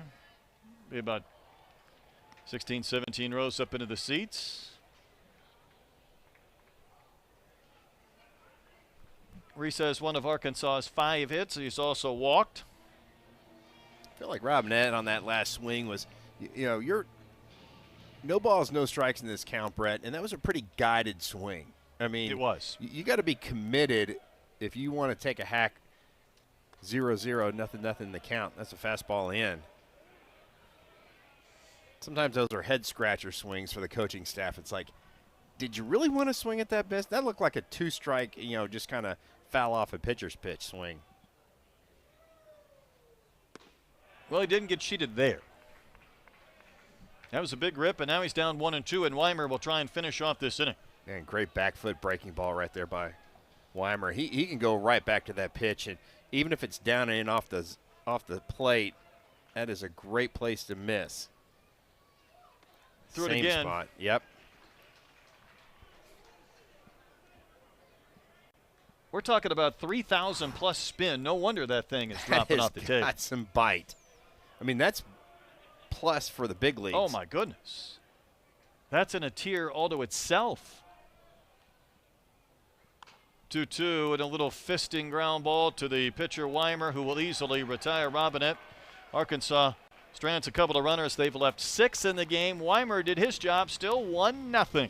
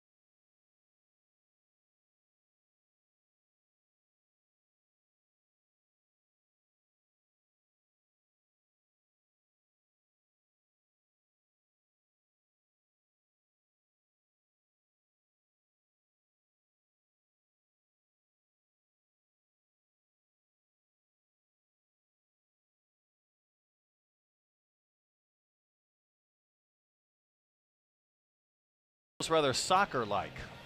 Yeah, not a lot of shots on goal. No, not many. Need a penalty kick or something to accelerate some scoring. Talking about shots on goal, what was the gold medal game that the USA goalie saved like 42 shots on goal or some just ridiculous number? It was a big number.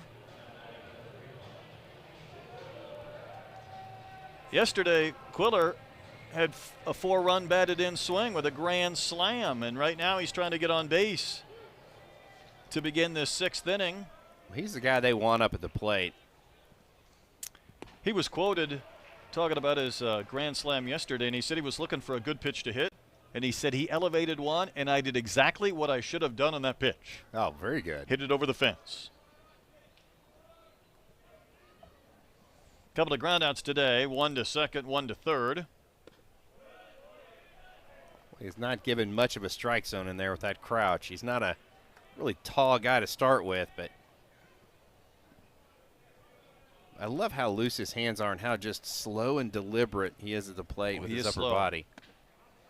Until it comes time to cut it loose. A couple dandy breaking balls right there by Steele Eaves.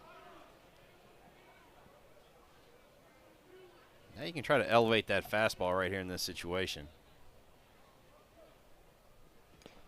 Swinging a foul off Helfrich. You know, feels like Casey Moser's done a nice job behind the plate. I've mentioned a couple of times this is a veteran umpiring crew. You know, I went back to that game on Saturday, Troy. It felt like to me that they were kind of giving the high strike, and maybe they weren't even that high. It felt maybe like the pitches were at the belt, and I think it threw off some of the hitters a bit. Today, these pitchers have been really cruising, and that's a wave and a miss. Eaves will get the K. This is the first year that TrackMan is really being used for some detailed pitch reports for these umpires. See that movement on the Eaves pitch? And they've talked about it, Troy. It's really less about surveillance than it is feedback, but it's pitch-by-pitch data for these umpires. And the goal is not kind of chasing a single accuracy mark, the big sexy number as they call it, but what it's really looking at is patterns. If you're missing pitches, as Walton waves and misses, are you missing the first pitch? Are you missing that 3-2 when you're geared up to ring somebody up or whatever the case may be? And he said they've really found out that these umpires want the feedback because you want to know what are your blind spots, what might you be missing. Walton's 0 for 2, and he takes one down and in, and even that pitch a little bit low. But the concept for college umpires is that consistently maybe the zones have been wide. Maybe you've given a little bit off each corner where the top of the zone has been kind of open for business, and that's where a lot of these pitchers in today's day and age are trying to work.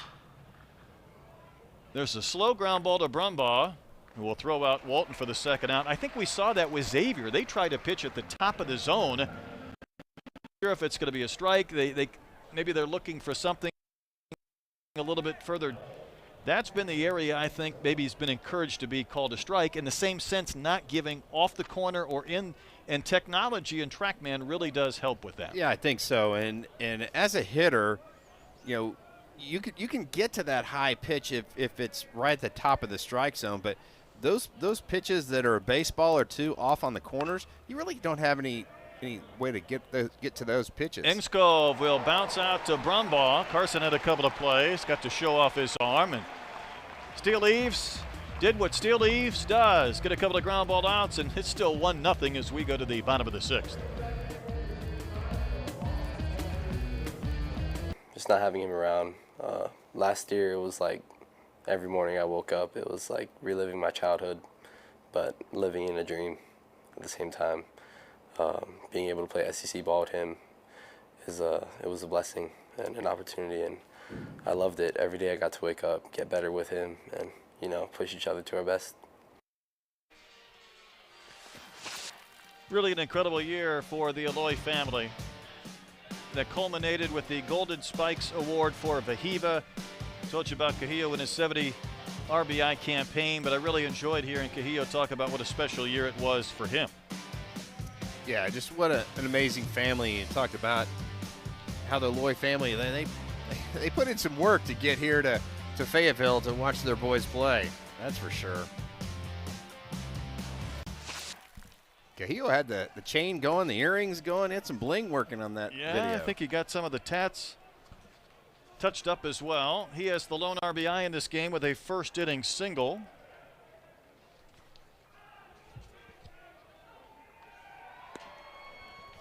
Got to see the whole family there. Dad, Jamie, Mom, Nakua. Sis wants to be a softball player as well. Well on her way. I wonder if she swings as hard as Cahillo does. That'd be interesting to see. Tell you what, Weimer's doing a job out of that bullpen. Well, he is absolutely coming in and just keeping these Arkansas hitters off balance with that big breaking ball. You would think it would be easier for left-handers to hit him with that ball breaking into them, but watch this thing dive down and away from Cahillo Aloy. It starts in the zone, definitely couldn't walk it up there and just put it in the catcher's mitt any better than He that. missed that by a foot. Here's Nolan Souza, the Hawaiian portion of this lineup. He's hit into a double play and flied out to center. And dandy changeup as well. Almost 18 inches of horizontal. That's big time. Troy, I want to finish up my conversation talking about TrackMan and the umpires because it's been such a pitching-dominated game. And, you know, I think college baseball maybe now more than ever really kind of jumping into providing the tools for these crews to get their feedback. We look at it on a regular basis as Souza waves and misses. I think the important part, though, two things again. It's developmental. It's not punitive. And it really is not about surveillance. It's about feedback. Yeah, and, I think so. I mean, I think we've seen it at the big league level. As Souza takes one outside. I think that all starts with Paul Gillier, who's the head umpire over the whole entire SEC. And I think it's how you deliver that information. And when you tell them, hey, this is educational, we're not going to just drill you about this, I think they can take it a lot better, those umpires. No, I do too, and that's inside ball three. I think the other part is the umpires, like we do, they get reliant on it. Sure. You want your feedback. You want your information. In the old days, you might get somebody evaluating you every once in a while, weeks apart. That's ball four. So Arkansas will take the base runner, a one-out walk. I think the one thing we're finding out with the ABS system in big league spring training games, there's some umpires that just are really, really good. And that's right. You know, those that aren't, I think they'll get their feedback. There'll be more challenges with some of those umpires in the big league level.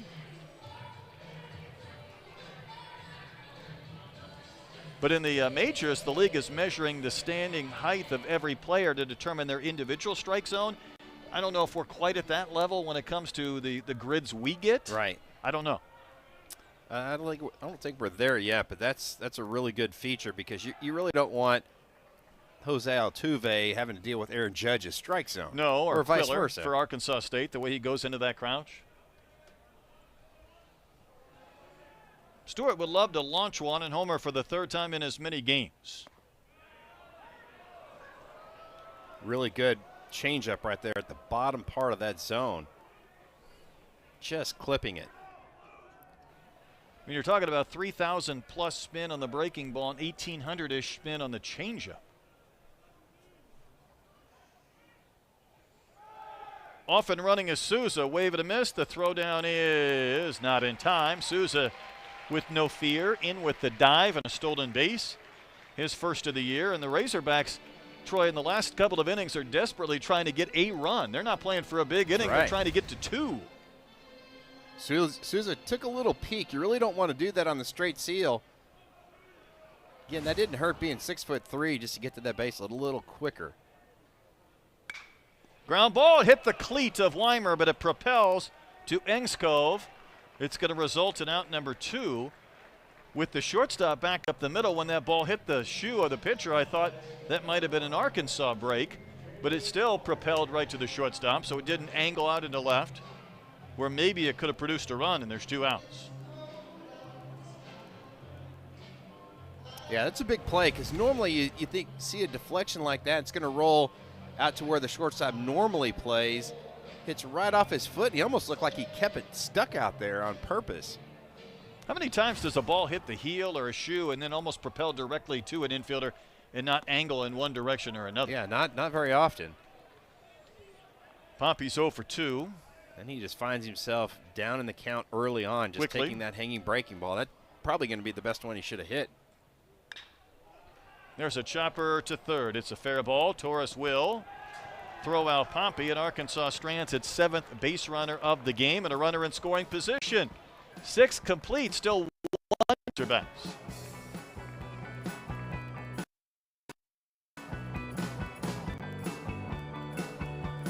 Through 6. Here at Baum Walker.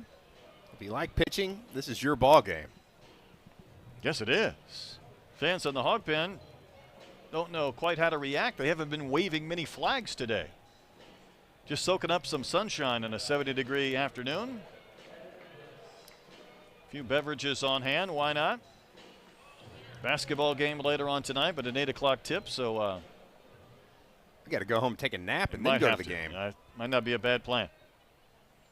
Steele Eaves has pitched 2 1/3 innings of hitless and scoreless baseball, and obviously he understands not a lot of margin for error. He's looking at the 4, 5, and 6 slots in this state lineup. Griffiths 0 for 2.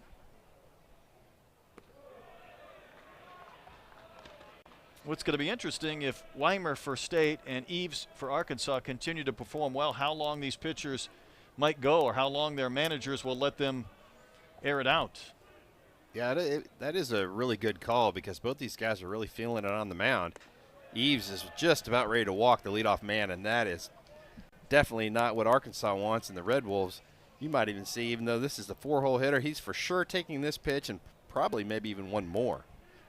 You've got to get a base runner when you've only scratched out 1 hit in this ball game. Needs a strike, gets a strike.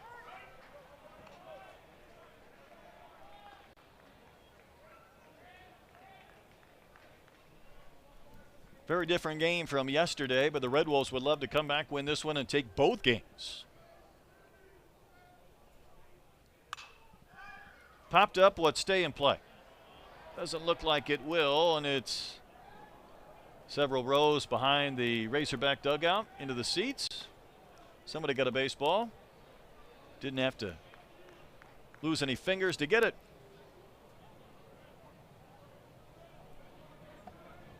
This is a big pitch right here in this ball game. I think this is going to kind of set the tone for this inning.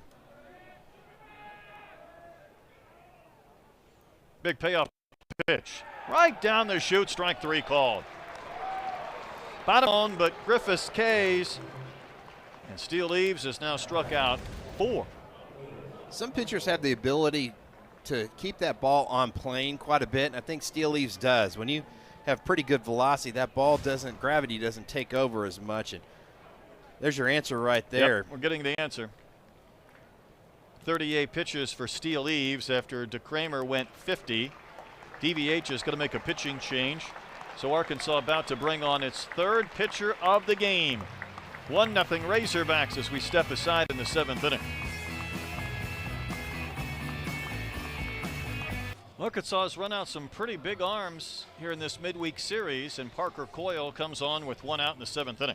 Yeah, Coyle might even be the closer for Arkansas this year. And again, that Dave Van Horn and Matt Hobbs really talked a long time at the end of last season, wanting him back in a Razorback uniform instead of signing a professional contract, and he decided to come back. Arkansas had no shortage of players that moved on to the professional ranks, and Parker Coyle was the one who was drafted but chose to come back.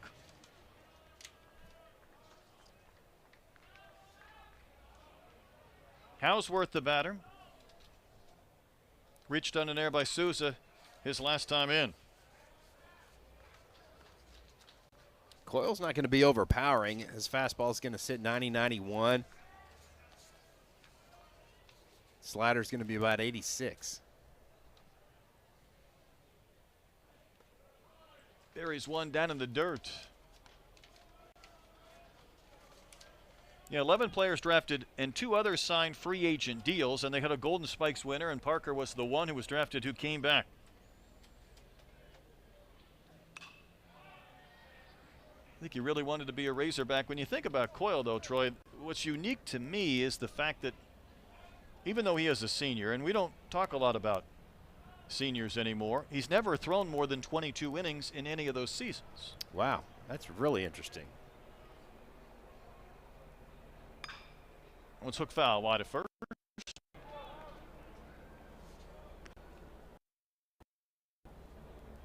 Seems like more than that. I know they wanted to throw him last year in the College World Series. He had some back issues. He did. And couldn't go.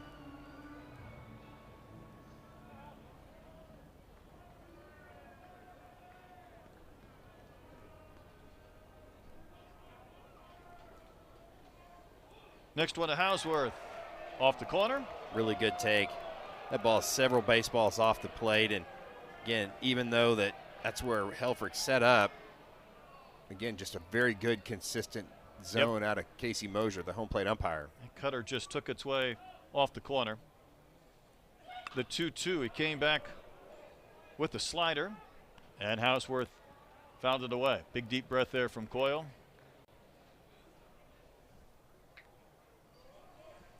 I'll tell you what, these middle innings or later innings now feel different than just about every Tuesday or Wednesday game. It really does. Because one run's going to impact it. Wave it a miss. Coyle gets the K, strikes out the lefty. 2 gone. We've talked a lot about these pitchers trying to get that punch out up in the zone. Well, that was quite a year for Arkansas, sending players to the professional ranks. Gage Wood taken in the first round by the Phillies, then Vahiva Loy, the Golden Spikes winner. Zach Rudin, Charles Davalon back-to-back to L.A. Program record number of first-round picks. And Cross Jumper takes a strike. I think it's just a testament to this program's ability to develop players. That's why they won 50 games a year ago, 20 in the SEC. Also sent 3 players to Team USA, not to be outdone. Those are your returners, and Gibler and Gackel and Helfrich. Yeah, 7 guys big. to the Cape, and then they take the guy who was the MVP in the Cape in Micah New and bring him. Yeah, there's definitely a lot of talent on this team. There's a lot of guys that it just hasn't clicked for yet, but not yet. It's coming. Talking about a guy who's clicked for was yesterday was Cross Jumper, who's at the plate right now. Couple of home runs. He's 0 for 2 this afternoon and takes a cutter low and in. Can I really look at body language of hitters, and Jumper's really calm. Not a lot of head movement. Wave and a miss. Parker Coyle enters the game and strikes out back-to-back Red Wolves. 3 Ks and all in the inning. Just a great cutter by Parker Coyle, and that's what Dave Van Horn dialed up right here. Goes to the senior, needs the big punch outs, and just buries it in the plate. Great job by Ryder Helfrich. Hogs still up 1-0.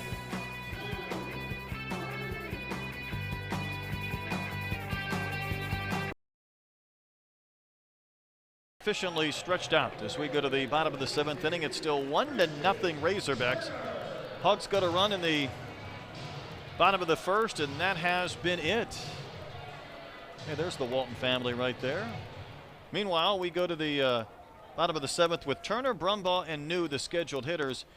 And they've seen a lot out of Weimer already, and what they've seen has been really good. Yeah, it really has. And I think if I'm Christian Turner, I'm going to have a really, really small strike zone right here. I'm going to make him almost get a first pitch strike.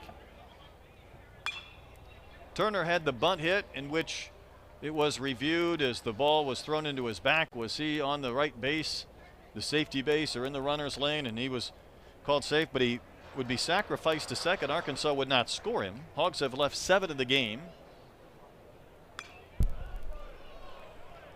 Seems like Turner's just a hair behind on that Agreed. fastball.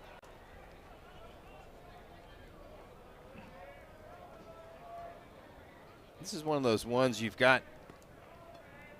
Tyler Weimer's got such a great breaking ball, but you've already shown that you can throw the fastball by him. Chops one to Walton at second base. Charge that and flip to Campbell to retire Turner. Hawks have been rather quiet. Arkansas has had 1 hit since the 3rd inning, and that was the bunt single.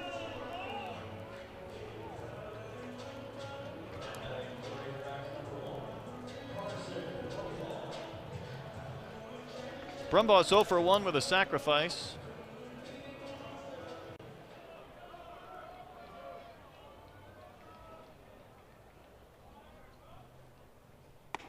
Up and in.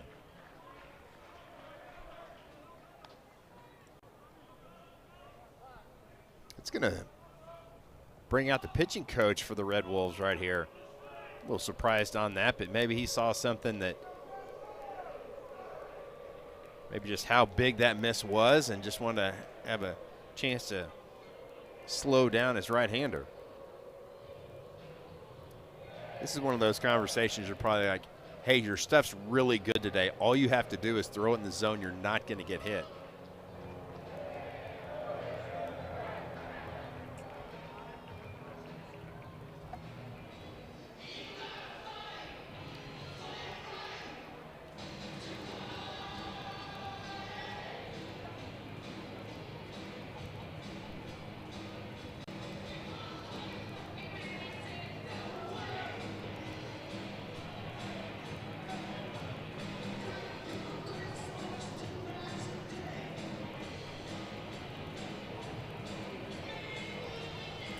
So the conversation is over. Maybe lost in this is the fact that Arkansas State has 1 hit through 7 innings. But they're very much in this game. Brumbaugh rockets one out to Quiller in center, who will make the catch. And there's 2 outs. So, you know, it's rare when, you know, you feel like a second run would really give you some be distance. Significant. Yeah, exactly. Some separation. Either ball club's going to have a big swing and just ride one out of the yard. It's going to be significant, even a solo blast in this game. Mike Anu homered yesterday. He is single today.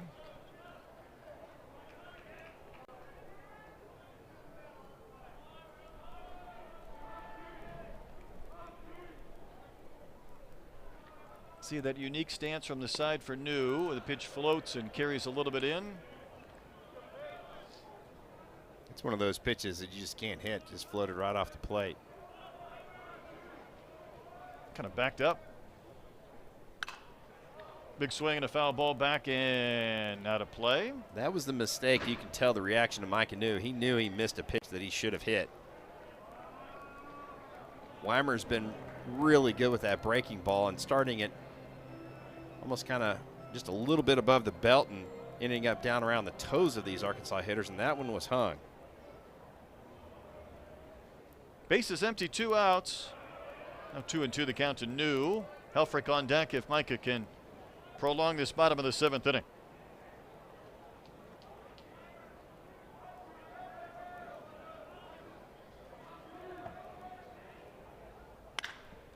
Hard hit and fair. Picked by Torres at third. And even the speedy New made that really close, and he's going to get the infield base hit. I thought that throw was going to give the Red Wolves a great chance to get the out. What a play at third base. That is probably as good as you can make that play over third base by Torres. Just an absolute screamer down the third base line. Look how far this holds, a complete 360.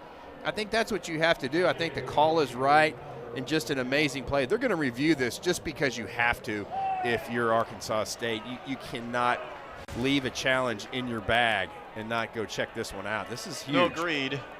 That was 100 plus off the bat, 101, and yet Torres in foul territory did a pirouette and just about got one of the fastest runners in college baseball. In real time, I was wondering if it was so bang-bang that maybe it was a bit of a tie. I felt like in the replay we just looked at that Micah beat it by an eyelash. And listen, you're trying to get hits. You don't want to get thrown out on a play even as good as that one was from Torres. Take a look at the Hawkeye.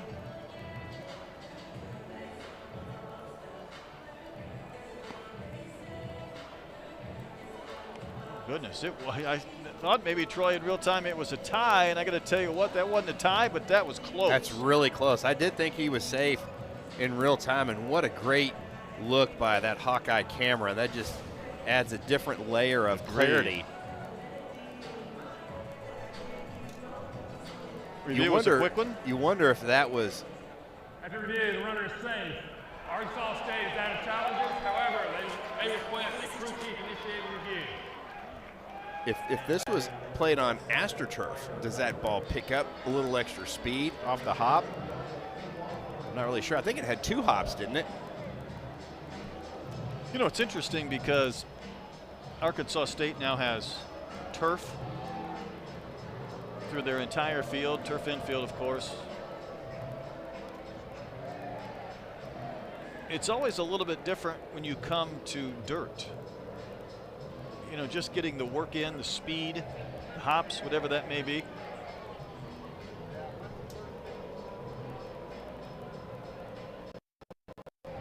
I was talking to Jim Schlossnagel today of Texas, and they're going to the Houston Astros Park this weekend.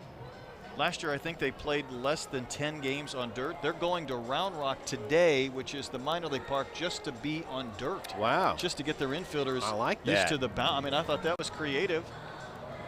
Well, after all that, it looks like the Red Wolves are going to make a pitching change. They're going to bring on a right-hander. We'll be back with the new hurler in this 1-0 game right after this.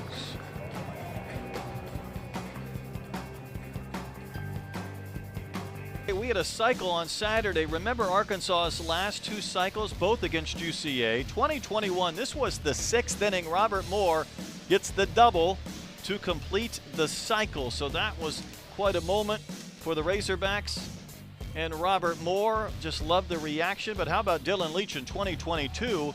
Troy, he needed a home run for the cycle, and he got it. But he finished the day 5 for 5 with 2 home runs, 1 right-handed, 1 left-handed in one of the greatest individual games for any Razorback ever. Yeah, that was an incredible game by Dylan Leach. And how about Camden Koziel does the same thing.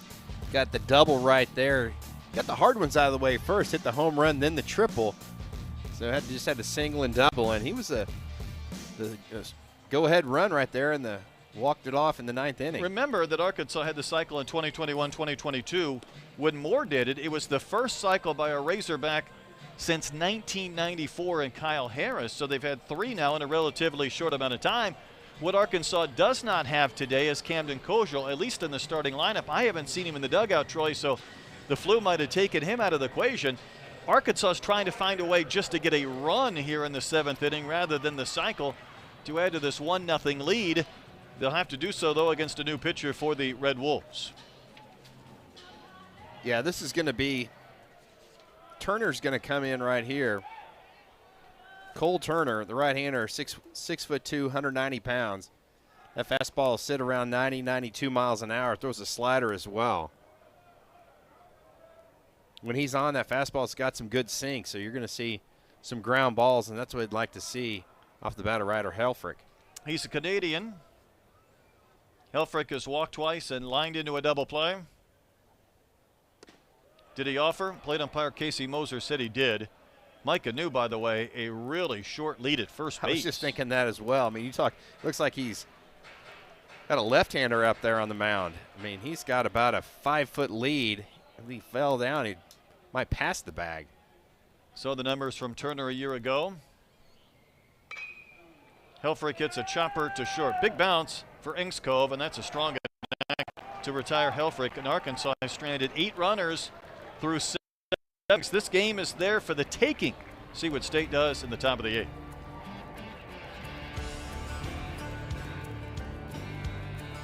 To decide and figure out what I needed to do and what would be best for my life. But, you know, ultimately it's a lot of talks with God and my family and everything like that. I just felt like it was leading me back here. And, you know, that's kind of what I've been talking about with perspective and everything like that. I just feel like this is the place that I wanted to be at. I feel like this is where my heart was. And so just to be able to capitalize on another opportunity to be able to come back here, to have experience with it, you know, with going to Omaha and just being a part of everything last year, I just felt like I was in a really good position and a really good spot to be able to come back and help this team win. I think it's interesting to hear the perspective of Parker Coyle, because keep in mind, Arkansas had a couple of players that were coming into this program that were grad transfers, and all of a sudden they get drafted or have an opportunity to play Major League Baseball, and they were gone. Right. And Parker Coyle here was drafted, and after all those deliberations, wanted to come back for one more go-round.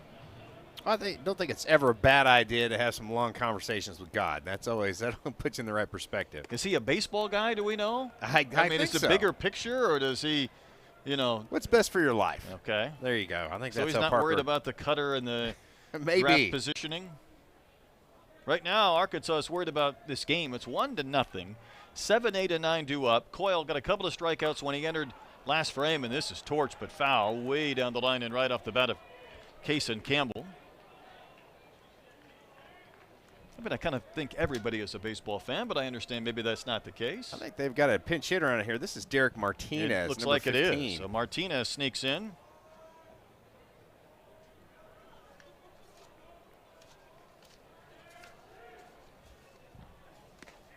Martinez will take, and that's a little bit outside.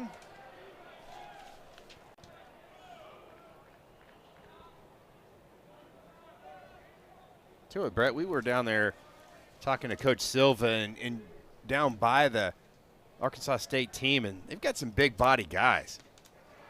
Martinez, who has a home run this year, took a big swing and came up empty. Martinez goes 6'4". Kind of really gets down in the crouch with 2 strikes. I would imagine he's thinking about doing some damage. Or getting on base, because now the count is full.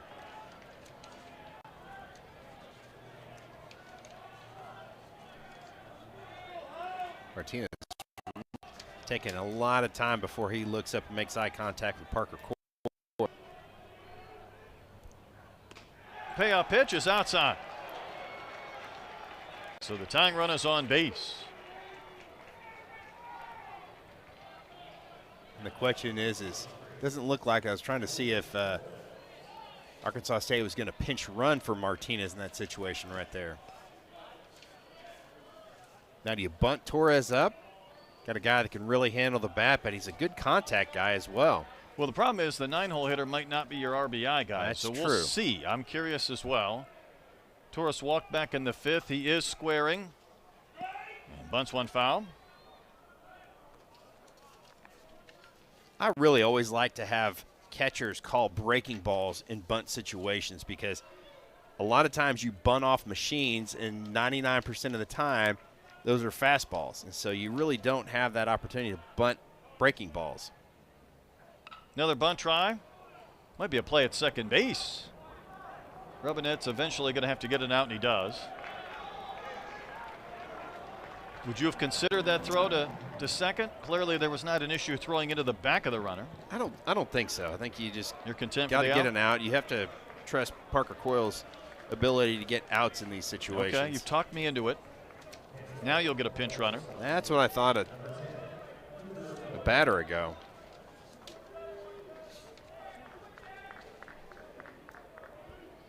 Cougar Cook is going to run.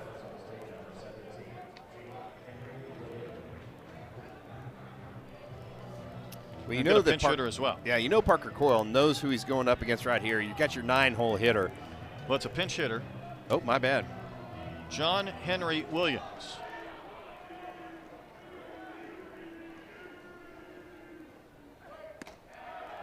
Going to take a strike.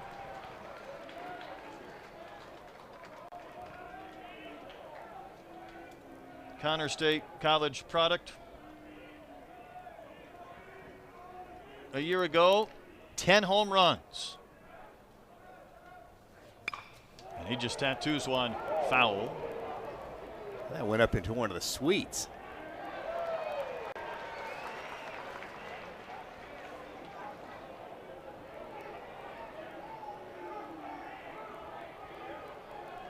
It's been kind of a strange start to this year for Williams. But he's in there now trying to do some damage. Takes strike 3 at the knees, and Parker Coyle bounces right back to get the K.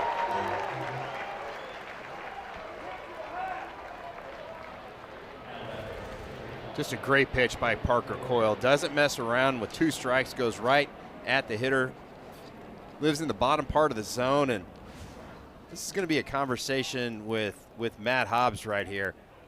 I tell you what, when you got a left-hander on deck, even though Lane Walton is really swinging the bat well, but you've got Ashton Quiller, who is just absolutely on fire. I walk Quiller right here, and I go left on left with Parker Coyle. What's your thoughts about that, Mr. Dolan? I'm kind of digesting that whole thing.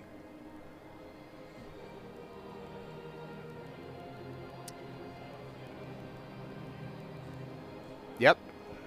They're going to send him to first base. So Quiller's walking up to the plate with his bat, and he is being told, son, you don't need it.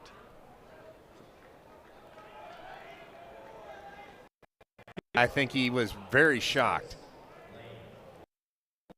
But I think this is a ball move right here. No matter what the outcome is, I think it's the smart move by Matt Hobbs on Arkansas.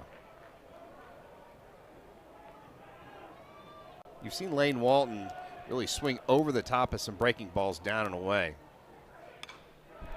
He's up there hacking on the first pitch from Coyle. That one ended up over the heart of the plate. Now you're going to see Coyle start working that outer third.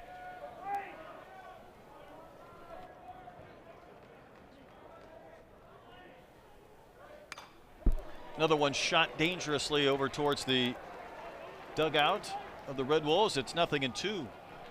That was one on the outside corner, and you're just going to see Coyle keep nibbling farther and farther. He may throw a high fastball, probably about bill high, if he wants to change the eye level, but I think he's just going to keep working away. 2 on, 2 out, 2 strikes. That was a protection swing and a good one to spoil it. See another. Even when Coyle doesn't want to be in the zone, he's not that far out of the zone. Very competitive pitches. You've got the batter in swing mode right here. Cook, the pinch runner at second. Quiller at first. They run well. 1-0 game in the 8th inning. Walton will wave and miss. Actually foul tipped into the glove of Helfrich. I think Walton's saying the ball hit the ground. Or did a swing hit the bat? Regardless, that's a K, and the inning is over. And Arkansas maintains its 1-0 lead. And Parker Coyle comes through with this big pitch. What a great pitch by Parker Coyle. Walton thought the ball hit the ground. You can see the reaction about Coyle. He knows how important this ball game is.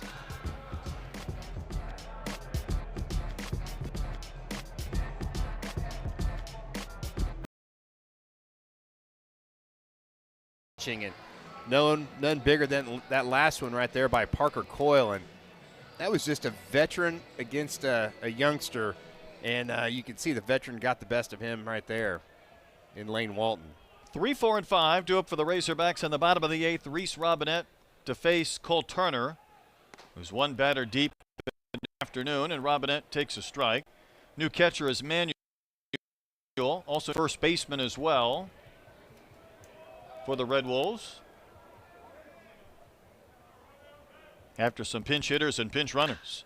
Robinette's going to ground one to Walton in the shift, who tried to play it with a slide, and Robinette will get the base hit, his second of the game. Now here's an interesting thought. You're band-aiding your team together in Arkansas with all the illness.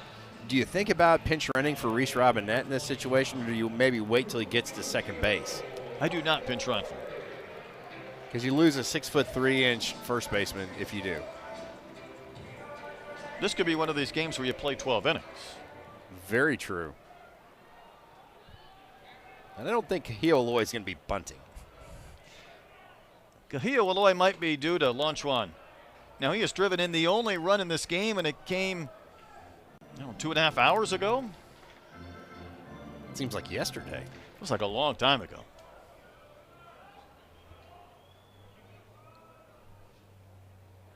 And no, he's not going to bunt, Troy, but he's going to bounce one to short, and Arkansas has hit into too many of these. DP 6-4-3, twin killing. So Arkansas has bounced into 2 double plays. They've lined into a double play and had a sacrifice bunt today. Ooh. That was a big ground ball for the Red Wolves and Cole Turner.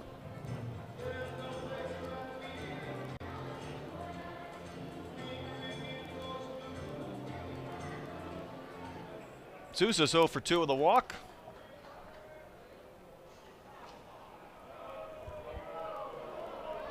Mike Silva on his way to the mound. He's had a couple of pitchers in the bullpen if he so desires, and I think he's going to bring on a lefty here. So Robinette got the base hit, but Kahio Eloy hit into the DP, and Turner, his day is done. Arkansas State going to the pen one more time. Step aside and come back with what will be the fifth pitcher of the game for the visitors.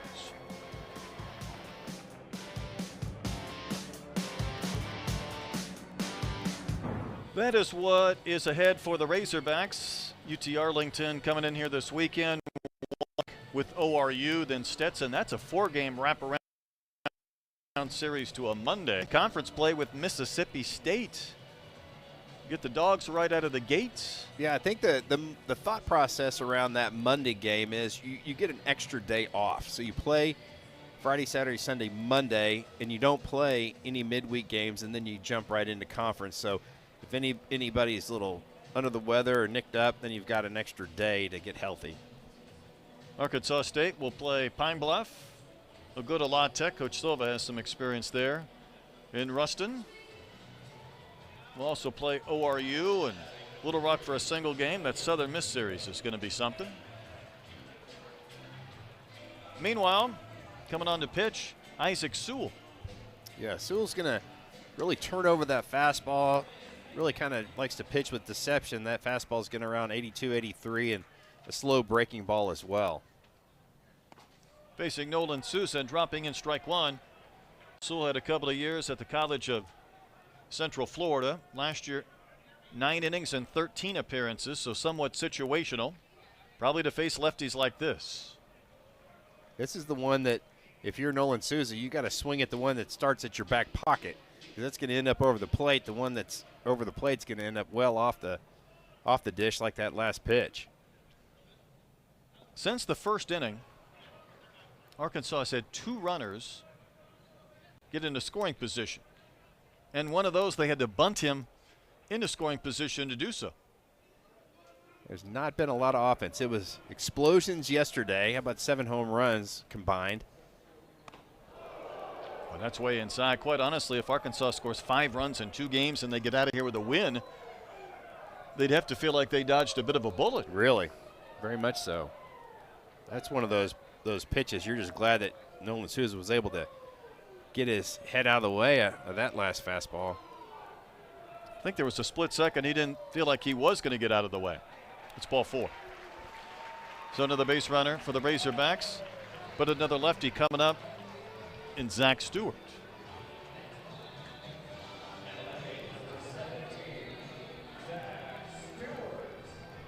Stewart has one of Arkansas's hits. One of their 7. This is what I was just thinking. Okay, I said, was this going to be a pinch hit situation? You got a left-hander throwing nothing but breaking balls. And the question is Mike Silva going to counter with another arm out of the bullpen? He's got a righty that's ready to go. And this is Alexander Peck, who's going to pinch hit.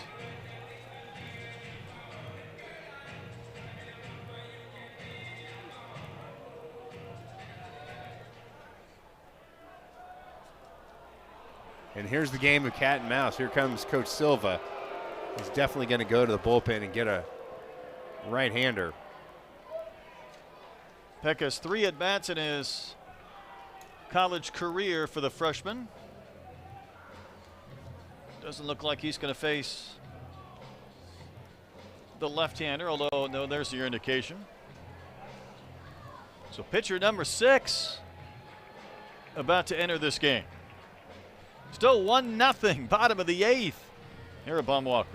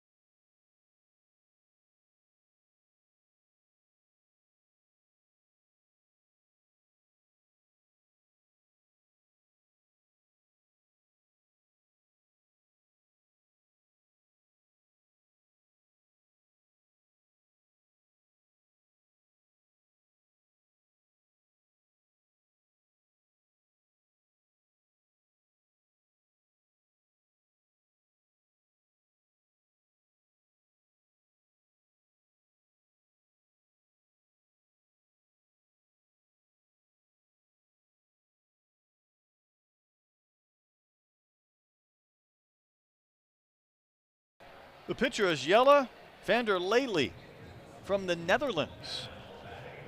Yeah, say that fast 3 times. It's got a really good fastball. It's got some good sink to it. He'll sit right around 90, 91. Mix in a slider as well. That is doing some wide range recruiting right there. I'd say so. The Netherlands, I didn't realize it was such a baseball factory, but this young man had 25 appearances last year. Peck was announced as the pinch hitter for Stewart. Now it's Rutenbar. So Arkansas has used 3 players in this portion of the lineup just this inning.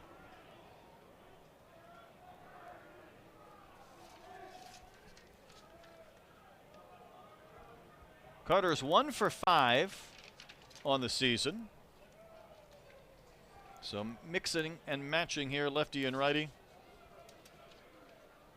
Good thing for Arkansas, that is the DH spot, so. That pitch is high and a delayed steal from Nolan Souza, second stolen base of the game, and he's in scoring position now with 2 outs. That could be a huge base for Arkansas, and again, when you've got that left-handed hitter, the catcher can't see that runner at first, and that is really the first baseman's job to alert him. You see one shuffle, and there went Souza. Especially with a left-handed hitter, you're right. And now Rutenbar is going to be intentionally walked. Now, that's a young man that was really good quarterback in the Dallas area, and DVH said before the season his bat is making us think of playing him. We have to figure out how. Well, he gets his pinch hitting opportunity. Then he's told he can take his base. And he gets walked. Kid has one college hit, and he's like, yeah, they're working around me, but here we go again with a couple of base runners on base. Arkansas stranded 7. This is Pompey, who's 0 for 3. Bounced to third his last time in, but that ball gets away from the new catcher Manuel. And the wild pitch will send runners to second and third. That's the most excitement this hours. This crowd is exploding on a wild pitch. What it does, though, Troy, I think with runners at second and third, it creates a little bit of doubt as far as whether you want to throw that pitch again. Yeah, if you spike it, then it's a run. Yeah, that's true. So if you're Pompey, you've got to definitely see the ball up right here.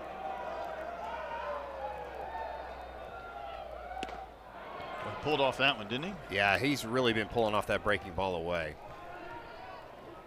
Pompey's got to think back to his last at-bat in yesterday's game where he hit that shot one off the right field wall. Couple of runners in scoring position. Wave and a miss, and the count is 0-2.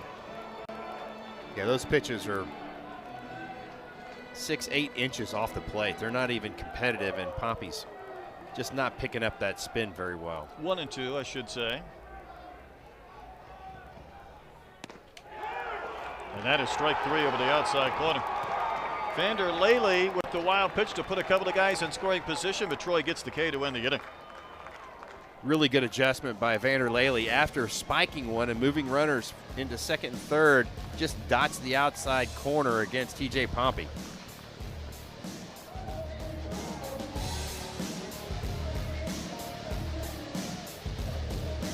Arkansas could not find any insurance.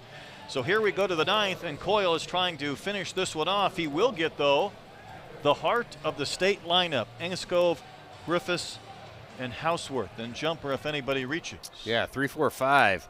It is not going to be easy. Engskov, by the way, has the lone hit today for State. It was a ground ball up the middle that kicked away from Brumbaugh, and he hustled it into a double. That was in the 4th inning. That's it.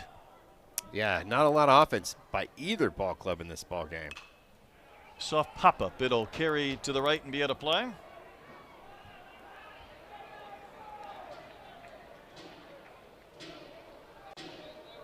It's where you want to be if you're Parker Coyle. Now you've got a whole lot of room to play right here. No balls, 2 strikes. Now you can really start nibbling at those. Engskov got to protect. Fouled back. Parker Coyle has recorded 5 outs, 4 of which have been strikeouts. The only one that was not a K was a sacrifice bunt in which the State Red Wolves provided Arkansas an out to advance a runner into scoring position.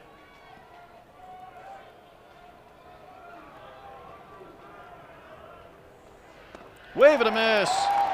Parker Coyle comes back with that cutter again, and he gets another strikeout. Boy, that pitch is right under the hands of Patrick Inskov, and you can't put it in the mid any better than that. That is absolutely picture perfect.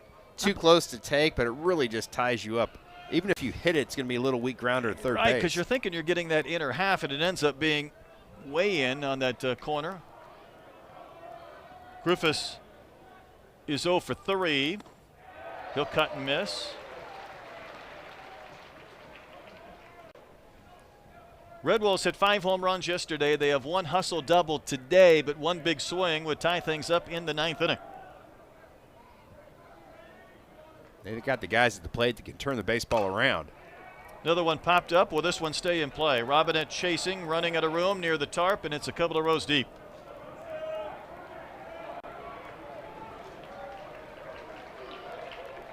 Kid with a big smile. It's made his day. That's the hardest hit ball in 4 innings. I think so by either team. And again, Parker Coyle sitting on a no-ball, 2-strike count.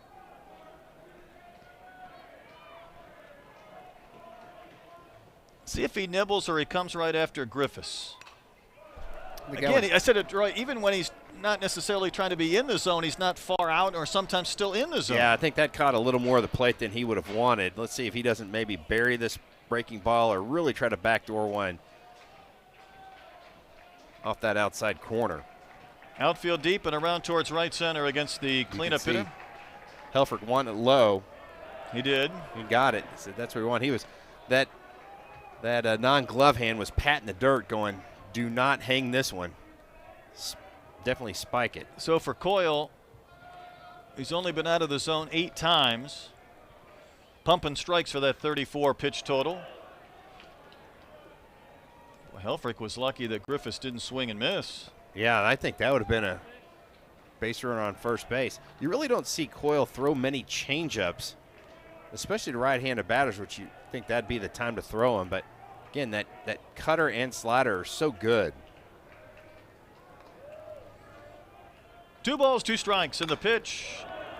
And Griffiths got just a piece to tap one foul and stay alive.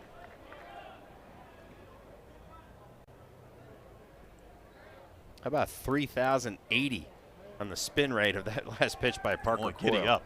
Whew.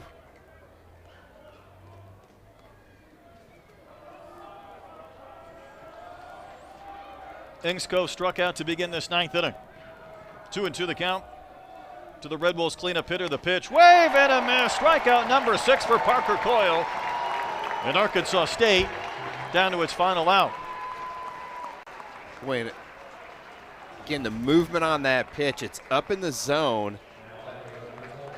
And we talked about changing the eye level of the hitters. You can see that Griffiths really wanted that one, thought he should have got a piece of it and slammed that bat. Here's Houseworth, lefty, and a big chopper to Souza at second base. And combined 3-pitcher, 1-hitter in a 1-0 win. Parker Coyle finishes it off, and for the second time in this homestand, Arkansas with a 1-hitter. Boy, I tell you what, that was an absolute battle. It was a slugfest yesterday, pitcher's game today. That's a really good Arkansas State team, and I know that you could just tell the Razorbacks were happy just to scratch out a win against the Red Wolves. They're going to have a lot of success in their league this season. Wasn't pretty, at least from an offensive standpoint, but Arkansas will be back home against UTSA this weekend. Josh Haley, Troy Eklund will be here for the call against the Mavericks. That'll do it today for Troy and our entire crew. I'm Brett Dolan, thanking you for tuning in. Parker Coyle and the Razorbacks get the 1-0 1-hitter, take down Arkansas State to split the 2-game set. So long, everybody. We'll see you on Friday.